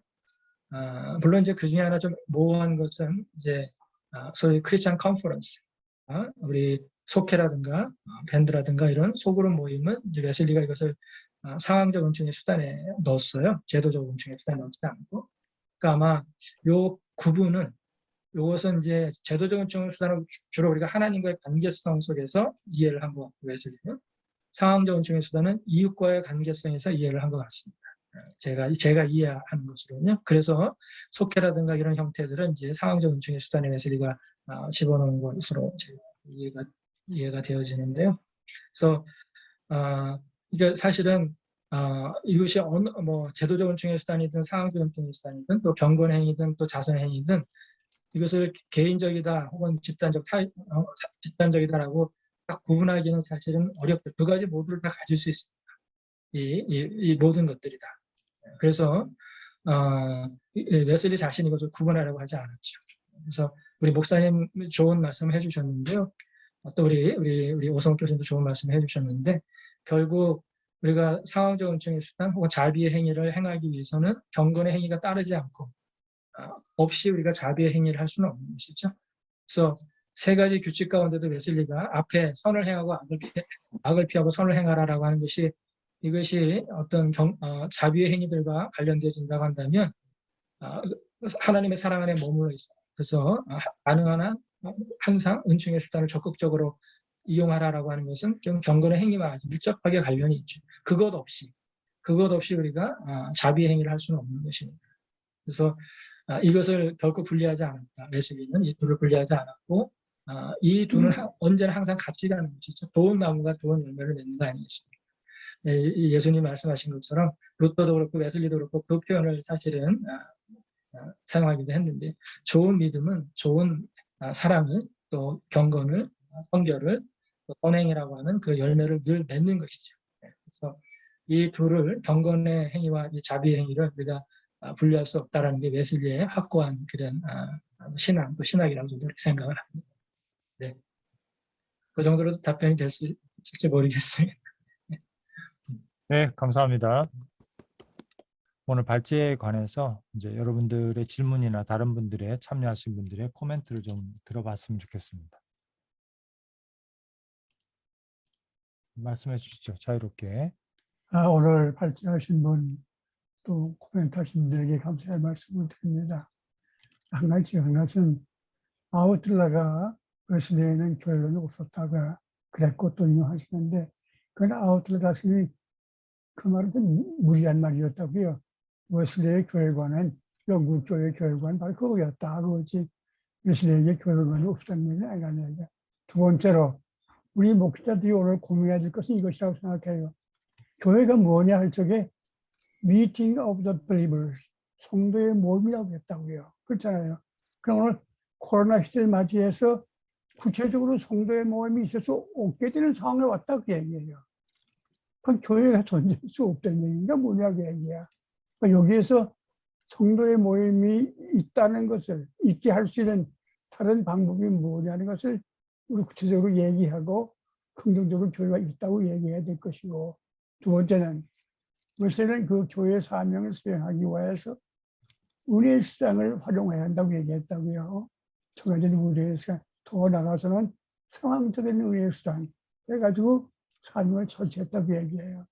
오늘 우리가 코로나 시대에 있어서 정해진 은혜의 수단을 사용할 수 없게 됐는데, 그런 그거를 대처하기 위해서 어떤 상황적인 은혜의 수단을 우리가 개발하고 활용해야 되겠냐는 얘기를 목회적인 문제에서 구체적으로 논의할 것이 필요하지 않냐. 제가 그렇게 얘기하고 싶은 겁니다. 구체적으로 그만 어떡하자고 얘기하거든요. 우리가 모일 수가 없어. 어떻게 계속 교회가 존재하도록 할 수 있겠느냐. 우리가 정기적인 성만 찬문정을 할 수가 없어. 그건 다른 어떤 방법을 통해서 우리가 교회 사명을 계속 수행해 나갈 수 있겠냐는 문제를 목회자적인 면에서 구체적으로 논의하고 개명하는 것이 필요하다고 생각합니다. 저는 목회자가 아니기 때문에 기회가 없어요. 저는 여러분들이 논의해서 교회가 그럼 어떻게 다른 방법으로 해서 교회가 그 사명을 하도록 이룩하지 않은 것을 발견하기 바라는 겁니다. 네, 감사합니다, 총장님. 오늘 그 발제를 들으면서 우리가 깨닫게 되는 것은 존 웨슬리는 어떤 그런 본질적인 교회의 본질에 집중하면서 그것을 구현하기 위해서 아까 말씀한 오광석 교수님 말씀하신 대로 역사적인 상황과 맥락 속에서 가능한 모든 것을 했다라는 게 참 중요한 것 같습니다. 그래서 우리가 아까 우리 논찬해 주신 그 응답해 주신 우리 유 목사님께서 강조하신 것처럼 기본에 충실할 때 교회는 견딜 수 있고 여전히 강하다. 이 말씀도 너무 공감이 가고요.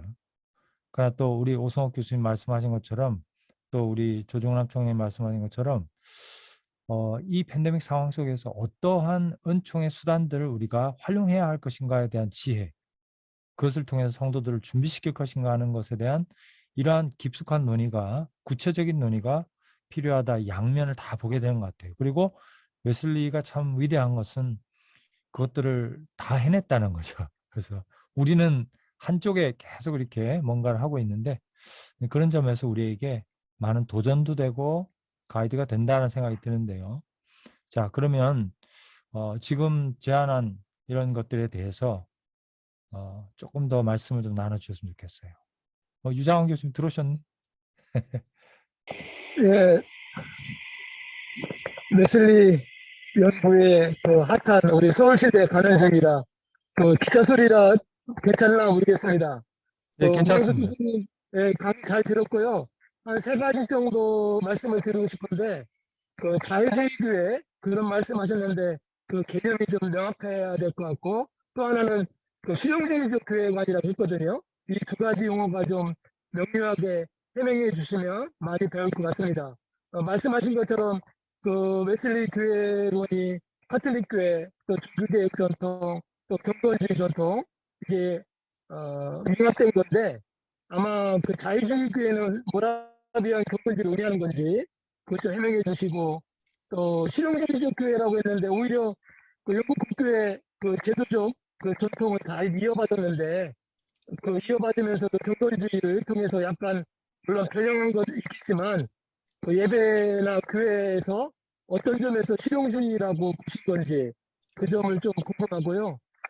개인적으로는 세 번째는 그 외식의 수단이 그 경건의 행위와 그 자비의 행위 이렇게 양분되는데 연결돼야 된다. 저도 공감하고요. 근데 이제 제가 궁금한 거는 그 경건의 행위도 결국은 하나님 사랑, 이웃 사랑 다 만들거든요. 또 자비 행위도 하나님 사랑, 이웃 사랑을 다 만드는데 그거를 개인적, 그 집단적 나누는 거는 범주가 좀 안 맞는 것 같고 또 경건 행위는 내적 성화만, 또 자비 행위는 내적 성화만. 이거는 제가 봤을 때 오히려 경건 행위도 하나님 사랑, 이웃 사랑, 또 자비 행위도 하나님 사랑, 이웃 사랑, 그 양자 모두를 그 은혜의 수단이기 때문에 예제를 통해서 하나님 사랑, 이웃 사랑으로 다 같이 가는 것이 아닌가. 그런 걸 한번 좀 의구심을 한번 설명 좀 한번 부탁드리겠습니다. 예, 우리 유 교수님 처음에 말씀하실 때 용어 사용에 관한 것들을 제가 정확하게 잘 안 들렸는데 용어 사용에 관한 그 질문 처음에 두 개의 용어가 뭐였어요? 자유주의 교회. 네. 자유주의 교회. 그것도 자유주의 실용주의죠. 교회라고 이렇게 표현하기보다는 자유교회 이렇게 표현하기 자유교회. 프리처치, 네, 프리처치니까요. 프리처치 무브먼트. 예, 네, 그리고 네, 네. 그 실용주의 아마 두 네네. 가지가 용어에 대한 말씀을 하신 것 같습니다. 일단 시간을 좀 우리가 배려해서 조금 더 나누고 또 기회가 되면 우광석 교수님께 마이크를 드리는 게 또 좋을 것 같아요. 시간이 조금 넘어가니까 또 다른 분들 일단 말씀을 좀 더 들어보도록 그렇게 하겠습니다. 혹시 우리 이재섭 교수님 사회복지학과 서울신대에서 지금 가르치시고 수고하시는데 들어오셨는데 반갑고요. 혹시 또 이재섭 교수님께서 또 이렇게 보실 때 어떠셨어요?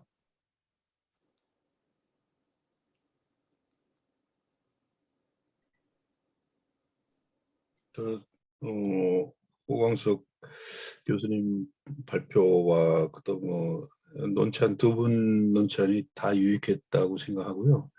굉장히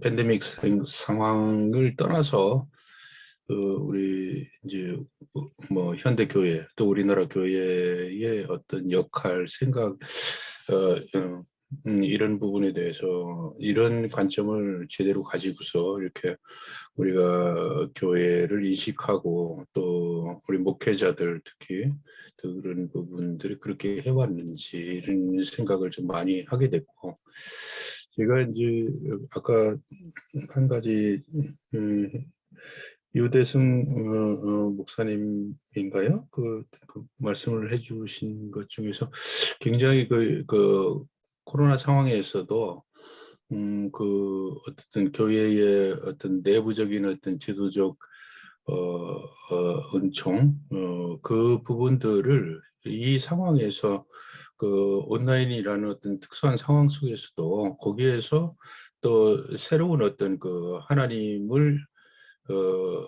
개인적인 경건과 사회적 경건을 병행할 수 있는 방안을 끊임없이 찾아냈다는 건 이런 부분 또 그런 부분이 말씀을 들어보니까 굉장히 성과를 이루었다. 이게 성과라는 게 뭐 교회적 성과라기보다도 하나의 시사점을 많이 주는 어떤 그런 거였던 것 같고요.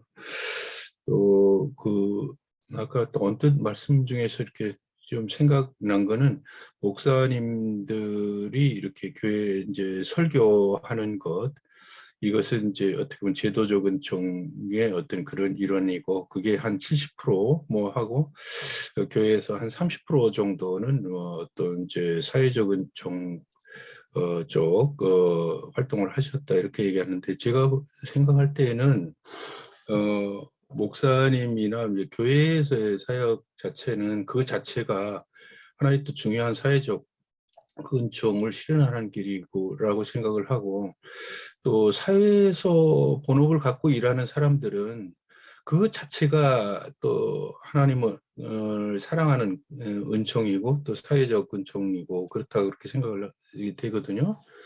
그래서 이제 그 각자의 어떤 그 소명을 그 자리에서 어떻게 수행하는가 하는 것이 이제 사회적 은총을 실현하는 길이다.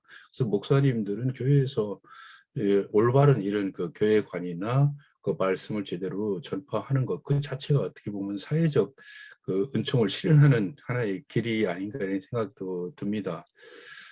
그리고 이제 저희들 같은 경우는 잘 가르치는데 어떤 하나님 말씀에 기반해서 진짜 올바른 어떤 사회복지면 사회복지에 대한 어떤 개념이나 이것이 하나님 뜻에 올바르게 시행되도록 하는 것 이런 것이 중요한 사회적 은총을 그 실현하는 길이 아닌가 이런 생각을 하고 한 가지 그냥 말씀을 드리면은 그 웨슬리가 이제 어떤 정의적 차원, 정의, 사회적 정의를 어떻게 인식을 하고 또 이렇게 주장을 했고 권고를 했는지 그에 대해서 항상 의문이 좀 듭니다. 왜냐하면 공동체적 선을 뭐 병을 짓는다든가 하는 건 이해가 충분히 되는데 예를 들어서 이제 정치적이고 정책적인 측면에서의 어떤 국가적인 어떤 제도를 만들고 그러는데 적극적으로 동참하고 그게 하나님의 뜻에 맞는 제도 정책을 만드는데 어떤 그게 이제 정치와도 관련이 돼 있는데 어떤 입장을 취했는지 이게 이제 궁금합니다. 네, 감사합니다. 우리 오광석 교수님, 좀 전에 이제 그 조정남 총장 말씀 주시고 유장환 교수님 말씀 주시고 했는데 조금 뭉뚱거려서 조금 멘트를 해주시면 좋을 것 같아요. 네. 우선 이제 뭐 말씀하신 것들 잘 제가 잘 경청했습니다. 그냥 질문하신 거에 대한 답변을 좀 드리는 게 좋을 것 같고요.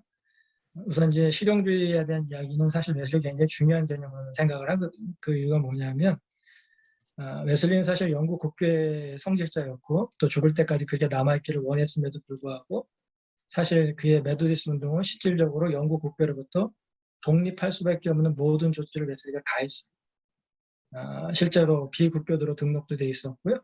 그리고 결정적인 것은 별도의 모임도 가졌지만 또 별도의 건물도 가지고 있었고 거기다가 결정적인 것은 웨슬리가 노년에 가면 스스로 평신도 설교자를 안수해서 세우거든요. 목회자로 태웁니다. 감리교 평신도 설교자들을요. 이것은 사실 영국 국교로부터 떨어져 나갈 수밖에 없는 사건이었죠. 실제로 웨슬리 차후에 3년, 4년 만에 영국 국교에서 영국 감리교회가 독립해서 이제 출발하게 되지 않습니까? 그러니까 왜 그랬을까? 저희 사실은 이제 관심은 이제 거기에 조금 관심이 있었어요. 왜 그랬을까? 웨슬리가 실용주의라는 표현을 했던 게 뭐냐면 웨슬리가 거기에 대해서 스스로 밝힌 바가 있는데 자신은 그와 같은 모든 일들을 했었고 영국 국회로 봤을 때는 일탈적인 행위라고 할 수 있어요. 야외 설교, 평신도 설교, 또 이런 어떤 이런 어떤 국교회 밖에서의 모임들 이런 것들이 다 영국 국교로서는 받아들이기 어려운 그런 일탈 행위들이라고 할 수 있는데 왜 그와 같은 일들을 했을까? 사실은 거기에 대해서 웨슬리가 이렇게 표현을 해요. Not by choice, but of necessity. 나는 선택에 의해서가 아니라 필요성이야. 어쩔 수 없는 필요성 때문에 그와 같은 일을 했다. 그 필요성이 뭐냐면 영혼 구원이었습니다. 지금 영국 국교의 성직자들이 저 버려진 대중들에게 찾아가서 그 버려진 대중들의 관심을 갖지 않는다는 것이죠. 그러면 그들은 교회를 찾아올 수 없는 형편이었어요. 당시에 너무 교회 분석이 높았으니까 기적적이고 지식인들의 전유물과 같은 교회였으니까 그러면 찾아오지 못하는 그들을 향해서 찾아가야 될 것인데 그들에게 복음을 전하고 그들의 영혼을 구원하기 위해서 그런데 교회와 성직자들이 그와 같은 일을 감당하지 못한다는 것이었습니다. 웨슬리가 그 일을 한 것이죠. 그러니까 찾아올 수 없으니 우리가 간다는 거예요. 내가 간다. 그들이 있는 곳에. 그래서 가서 야외 설교한 겁니다. 사실 야외 설교하고 또 당시에 이 기성 목회자들이 도와주지 않았으니까요. 이 메소디스트 운동을 대부분의 평신도들이었으니까 그 평신도들을 훈련해서 그들을 설교자로 세웠습니다. 그들이 실제적으로 영혼구원이라는 열매를 맺었고 그 열매를 보고 적극적으로 평신도 설교를 활용하기도 했습니다. 웨슬리의 그 바로 이제 이 중요한 중심에는 바로 구원론적인 그 중심이 늘 항상 있다. 이렇게 교회를 이해할 때도 마찬가지고 교회 신학의 중심에도 구원론이 있다 이렇게 저는 이해를 하고 있는데요. 그러니까 결국 필요성이라고 하는 실용주의라는 말은 그 얘기입니다. 영혼 구원이라고 하는 절대적인 필요성이 있을 때, absolute necessity, 절대적인 필요성이 있을 때는 그것이 기존 교회의 제도에서 인정하지 않는 것들이 할지라도 웨슬리는 과감하게 했다는 것이죠. 그것이 그의 실용주의를 잘 보여준다는 거예요. 그 영혼군의 목적을 위해서 그와 같은 일들을 그가 실질적으로 펼쳤다라고 하는 거지. 그래서 그런 의미에서 사실 웨슬리의 이 교회론은 상당히 실용주의입니다. 또 혹은 이제 그걸 다른 말로 이제 기능주의적이다 이렇게도 제가 표현을 했었던 것이고요. 사회적 정의와 관련해서 이제 질문을 하셨는데 이 부분은 이제 사실 웨슬리의 이제 자선의 행위는 경건의 행위도 마찬가지로 자선의 행위도 private, person한 것이 프라이빗한 것이 있고 소셜한 것이 있죠. 그러니까 프라이빗한 것에는 아까 말씀드린 것처럼 개인적인 경건의 행위들이 있을 것이고 대부분 소셜한 그 works of mercy에는 사실 정의 문제가 이 안에 들어갑니다. 이제 가난한 자들의 문제도 포함해서 당시의 노예제도 웨슬리가 적극적으로 아주 반대했었던 대표적인 이제 사례가 될 수 있겠죠. 그다음에 여성의 인권들의 문제. 사실 감리교 당시 메소디스트 운동 안에서는 여성 설교자도 세웠습니다. 굉장히 파격적이었죠. 평신도 설교자들조차도 영국 국회에서 받아들일 수 없는데 더군다나 여성들을 평신도 설교자로 태웠어요. 이거는 그 당시로는 더더욱 파격적인 일이었는데 사실은 웨슬리는 그와 같은 일을 했거든요. 실질적으로. 오히려 웨슬리 사후에 영국 국회가 독립하고 난 다음에 영국 감리교회가 독립하고 난 다음에 영국 감리교회가 기성교회가 되죠. 그래서 평신도 설교자들이 다 안수받은 다음에 그들이 목회자가 되고 이제 성직자가 됩니다. 그러면서 오히려 다시 영국 감리교회는 여성 설교를 금하는 형태, 오히려 거꾸로 가는 그런 모습을 보이기도 하고 얼마나 웨슬리가 그 당시에 이런 면에서 보면 훨씬 더 사실은 이런 어떤 어떤 여성의 인권의 문제라든가 또 정의의 문제라든가 이런 것에 얼마나 훨씬 더 관심을 가졌는가를 사실 잘 알 수 있는 그런 대목이라고도 생각이 됩니다. 예, 감사드립니다. 말씀하지 않은 우리 또 목사님들 좀 우리 허천혜 교수님도 들어오셨네요. 예, 반갑습니다. 네. 토론토에서 또 이렇게 밤늦게 함께 해주셔서 감사해요. 네네. 예, 우리 허천혜 교수님 어떻게 잘 들으셨나요? 제가 사실은 발제는 못 듣고, 네네. 제가 이제 오늘 수요 예배 마치고 와서, 그 평하시는 두 분하고, 이제 우리 오 교수님 답변하시는 거를 듣고, 부지런히 그 발표하신 내용을 조금 읽어봤습니다. 네, 제가 뭐 조금 더 있다가 한번 제 또 느낌이 네네. 있으면 한번 말씀드리도록 하겠습니다. 감사합니다. 고맙습니다. 네. 혹시 우리 남 목사님이나 신 목사님 또 우리 박창호 목사님 또 목회 현장에 계시면서 오늘 설교에 오늘 저기 발제의 어떤 부분이 또 와 닿았는지 또 어떤 좀 코멘트를 주시면 좋을 것 같습니다.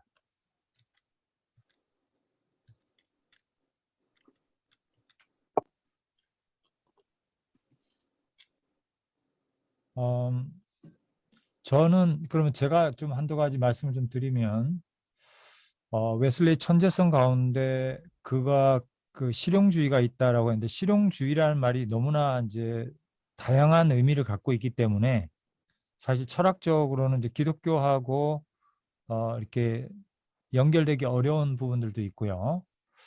그리고 또 실용주의라는 것이 도덕적인 면에서도 또 타락하는 이제 이런 실용주의 이런 이제 어떤 그런 나쁜 또 의미도 있고 하니까 제가 볼 때는 아까 말씀하신 것처럼 이제 기능주의 그야말로 메서디스트 방법론주의 그래서 모든 가능한 방법을 실제적으로 추구했다라고 하는 그런 것들을 이제 강조하는 차원에서 말씀하신데 그 용어는 조금 한번 제고해 보시면 좋겠다라는 생각이 좀 들었고요.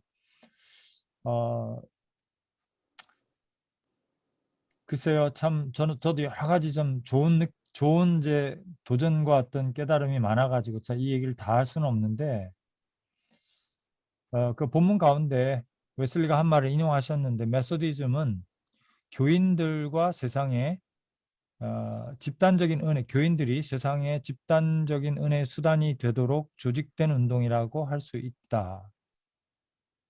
그래서 저는 이것이 우리가 지금 해야 할 일이 아닌가 생각을 합니다. 그래서 우리가 그동안에 신앙의 선배들이 잘 해오셨고 전체 한국 사회를 5분의 1이 크리스찬이 되도록 변화시키고 그 다음에 용서와 칭의의 복음을 정말 모르는 사람이 없을 정도로 증거하는 일에 힘을 쏟아오셨는데 그러나 이제 제가 이해하고 또 오늘 발제도 나왔습니다마는 그 웨슬리가 이해하고 추구했던 것은 드높은 성서적 교회의 모습이었잖아요. Scriptural Christianity. 성서적 교회의 원형을 회복하려고 하는 정말 급진적인 교회 개혁 운동이었다고 생각이 되는데 그런 점에서 보면 우리 자신의 목회와 사역을 포함해서 여전히 우리는 가야 할 길이 멀다라는 생각을 하지 않을 수가 없어요. 그런 점에서 웨슬리는 여전히 우리에게 너무나 큰 높은 산이고 그래서 우리가 과연 가용한 은총의 수단 아까 우리 조정남 명예총장님도 지적하셨지만 이 코로나 팬데믹 시대에 성도 한 사람 한 사람을 그리고 우리 교회들을 통해서 교회가 하나님의 은총의 수단이라고 본다면 그 자체가 목적이 아니라 그러한 기능주의적인 이해를 가지고 교회를 본다면 정말 해야 될 일이 너무 많고 그런데 이제 현실을 보면 제가 잘못 보는지 모르겠습니다만은 성결교회도 그렇고 감리교회도 아마 제가 여쭤보고 싶었는데 감리교회 안에서 이게 잘 되고 있는지 궁금하고요. 그런 점에서 보면은 먼저 깨닫고 또 여기에 어떤 소명을 느끼는 우리들이 교회 안에서 영국 국교회 안에서 존 웨슬리가 우리는 성서적 교회입니까? 옥스퍼드는 성서적 도성이 되어 있습니까? 이 나라는 하나님의 나라입니까를 정말 도전했던 그 모습을 우리가 좀 해야 할 책무가 있지 않나. 영국 국교회는 나름대로 잘하고 있는데 웨슬레는 거기에 도전을 했단 말이죠. 웨슬레 기준점은 달랐다는 생각이 들고 그래서 참 저는 우리가 미력하지 저도 미력하고 우리도 미력하지만 참 그런 웨슬레적인 운동이 우리 성결교회 안에 또 감리교회 안에 좀 있어야 되지 않냐 이런 생각이 좀 들었고 오 교수님께도 좀 여쭤보고 싶었어요. 우리 감리교 안에서 이런 웨슬레에 대한 뜨거운 어떤 그런 교회론 혹은 실천 이런 노력들이 어느 정도 되고 있나 좀 궁금해요, 사실은. 네. 너무 아픈 것을 찌르셔서 뭐 잘하시는 분도 계시고요. 아직도 저희가 더 많이 노력해야 될 부분도 많죠. 저도 이제 우리 교단적으로 우리 감리교회가 많이 개혁되어져야 된다. 또 특히 웨슬리 신학과 정신 안에서 새롭게 되어져야 된다는 사실 생각을 많이 갖고 있는 사람이라서 또 계속 이제 그런 얘기를 많이 합니다. 그래서 사실 이제 뭐 저희 감리교만 해도 사실은 이미 이제 하나의 굳어진 이 제도가 제 견해는 그렇습니다. 제도가 우리 기독교의 원래 우리 근본적인 정신, 또 우리 감리교의 근본적인 정신이 오히려 제도적인 것들이 가로막고 있는 부분들이 많이 있다는 생각이 들어요. 그래서 사실 이제 그 웨슬리를 제가 하면서 아까 말한 기능주의적인 그렇게 하는 게 좋겠다고 말씀하셨으니까 거기에 대해서 제가 강조하고 싶었던 이유도 사실은 이제 그런 부분도 있습니다. 그래서 우리 가지고 있는 모든 시스템이 과연 오늘 이 시대에 우리가 영혼구원이라고 하는 이 사명, 이 선교에 과연 도움이 되는가? 사실 웨슬리의 모든 조직은 그와 같은 목적을 위해서 만들어진 거거든요. 신도회도, 속회도, 밴드도 간단히 얘기하면 다 그 목적을 위해서 만들어진 겁니다. 서로의 영혼을 살펴서 그들의 성결이 자라도록 하는. 그런데 과연 우리가 가지고 있는 모든 것들이 그와 같은 목적을 온전히 감당하고 있는가? 그렇지 못하다고 한다면 그런 것들이 선교에 장애가 되고 있다고 한다면 근본적으로 우리가 다시 한번 재고해서 좀 우리 개혁과 새로워지는 그런 길을 모색해야 되지 않겠는가? 저는 개인적으로 사실 그런 생각을 갖고 있어서 이제 그런 이야기를 좀 많이 하려고 하는 편입니다. 예. 가야 될 길이 멀지만 뭐, 예, 그렇습니다. 네. 감사합니다. 그래서 참 우리 웨슬리 신화연구소가 미력하지만 이렇게 저희도 또 좋은 모임 있으면 또 가고 하면서 교단을 넘어서 정말 이렇게 참된 성서적 기독교, 성서적 교회를 구현하는 일에 우리가 도구가 되고 미력하지만 이제 벽돌 하나를 쌓는 그런 마음으로 좀 이렇게 사역을 하고 있는데 앞으로 우리 오 교수님도 좀 같이 해주시고 좀 서로 협력해서 좀 더 교회가 현실에 안주하기도 쉽고 타협하기도 쉽고 현실에 또 쓰나미에 넘어지기도 하고 지금 사실 아까 유 목사님 정말 좋은 간증을 주시면서 저도 거기 협동이기 때문에 참 자랑스럽고 너무 감사하지만 또 나가서 보는 교회 현실은 정말 많이 어렵고 좀 참 무너지고 있는 것들을 또 많이 보기 때문에 우리가 정말 이제 할 일이 좀 많구나 뭐 이런 생각도 좀 들었습니다. 우리 목회자들 우리 박 목사님 말씀 좀 주시죠. 네네. 지금 뭐 메타버스 시대라고 해서 지금 변화가 상당히 빨리 진행되고 있는데 사실 오늘 강의 들으면서 상당히 많이 도움이 됐어요. 왜냐하면은 고민이 좀 많았거든요. 지금 온라인으로 예배드리고 또 줌으로 예배드리고 또 근데 웨슬레 런 실용주의전 그 사고라든지 이런 부분들이 어쩌면 이 시대에 좀 필요하다는 생각이 좀 들었었는데 조금 확신할 수 있었던 시간이다라는 생각이 들어요. 우리 교수님 같은 경우는 그 메타버스의 가상 공간을 만들어서 그 안에서 예배드리는 이제 교회들이 조금씩 늘어나고 있고 그런 거에 대해서는 어떻게 생각하시는지 한번 생각해 보신 적이 있으신지요? 네, 오 교수님. 예, 제게 물으신 거군요. 예. 이렇게 물어보세요. 네. 사실 구체적인 방법에 대해서는 사실 제가 우리 목회자들께 배워야 될 부분이라고 생각이 돼요. 어쩌면 저보다 훨씬 더 그 부분에 대해서 많은 고민을 하실 거고 또 여러 가지 많은 시도들도 하신다고 생각을 합니다. 그래서 사실 이제 그것들은 제가 좀 목사님들께 좀 많이 들어야 되겠다는 생각을 가지고 있고요. 다만 이제 그런 방법에 대해서 우리가 너무 이렇게 마음의 벽을 가질 필요는 없지 않겠는가 하는 생각을 합니다. 그 이유가 이제 제가 말씀드린 것처럼 우리가 교회를 은혜의 수단으로 이해한다면, 그래서 하나님의 현존하심을 우리가 경험하게 하는 통로로 우리가 교회를 이해한다고 한다면 그 수단은 사실은 여러 가지가 될 수 있지 않겠습니까? 소위 우리가 이런 그 영상도 될 수 있고 또 이런 소위 이제 메타버스라고 하는 이런 요즘 화두가 많이 되고 있는데, 근데 이런 것들도 하나의 은총의 수단이 될 수 있지 않겠습니까? 그래서 그런 것들에 대해서 우리가 너무 이렇게 벽을 가지고 볼 필요는 없지 않을까 그런 생각을 갖습니다.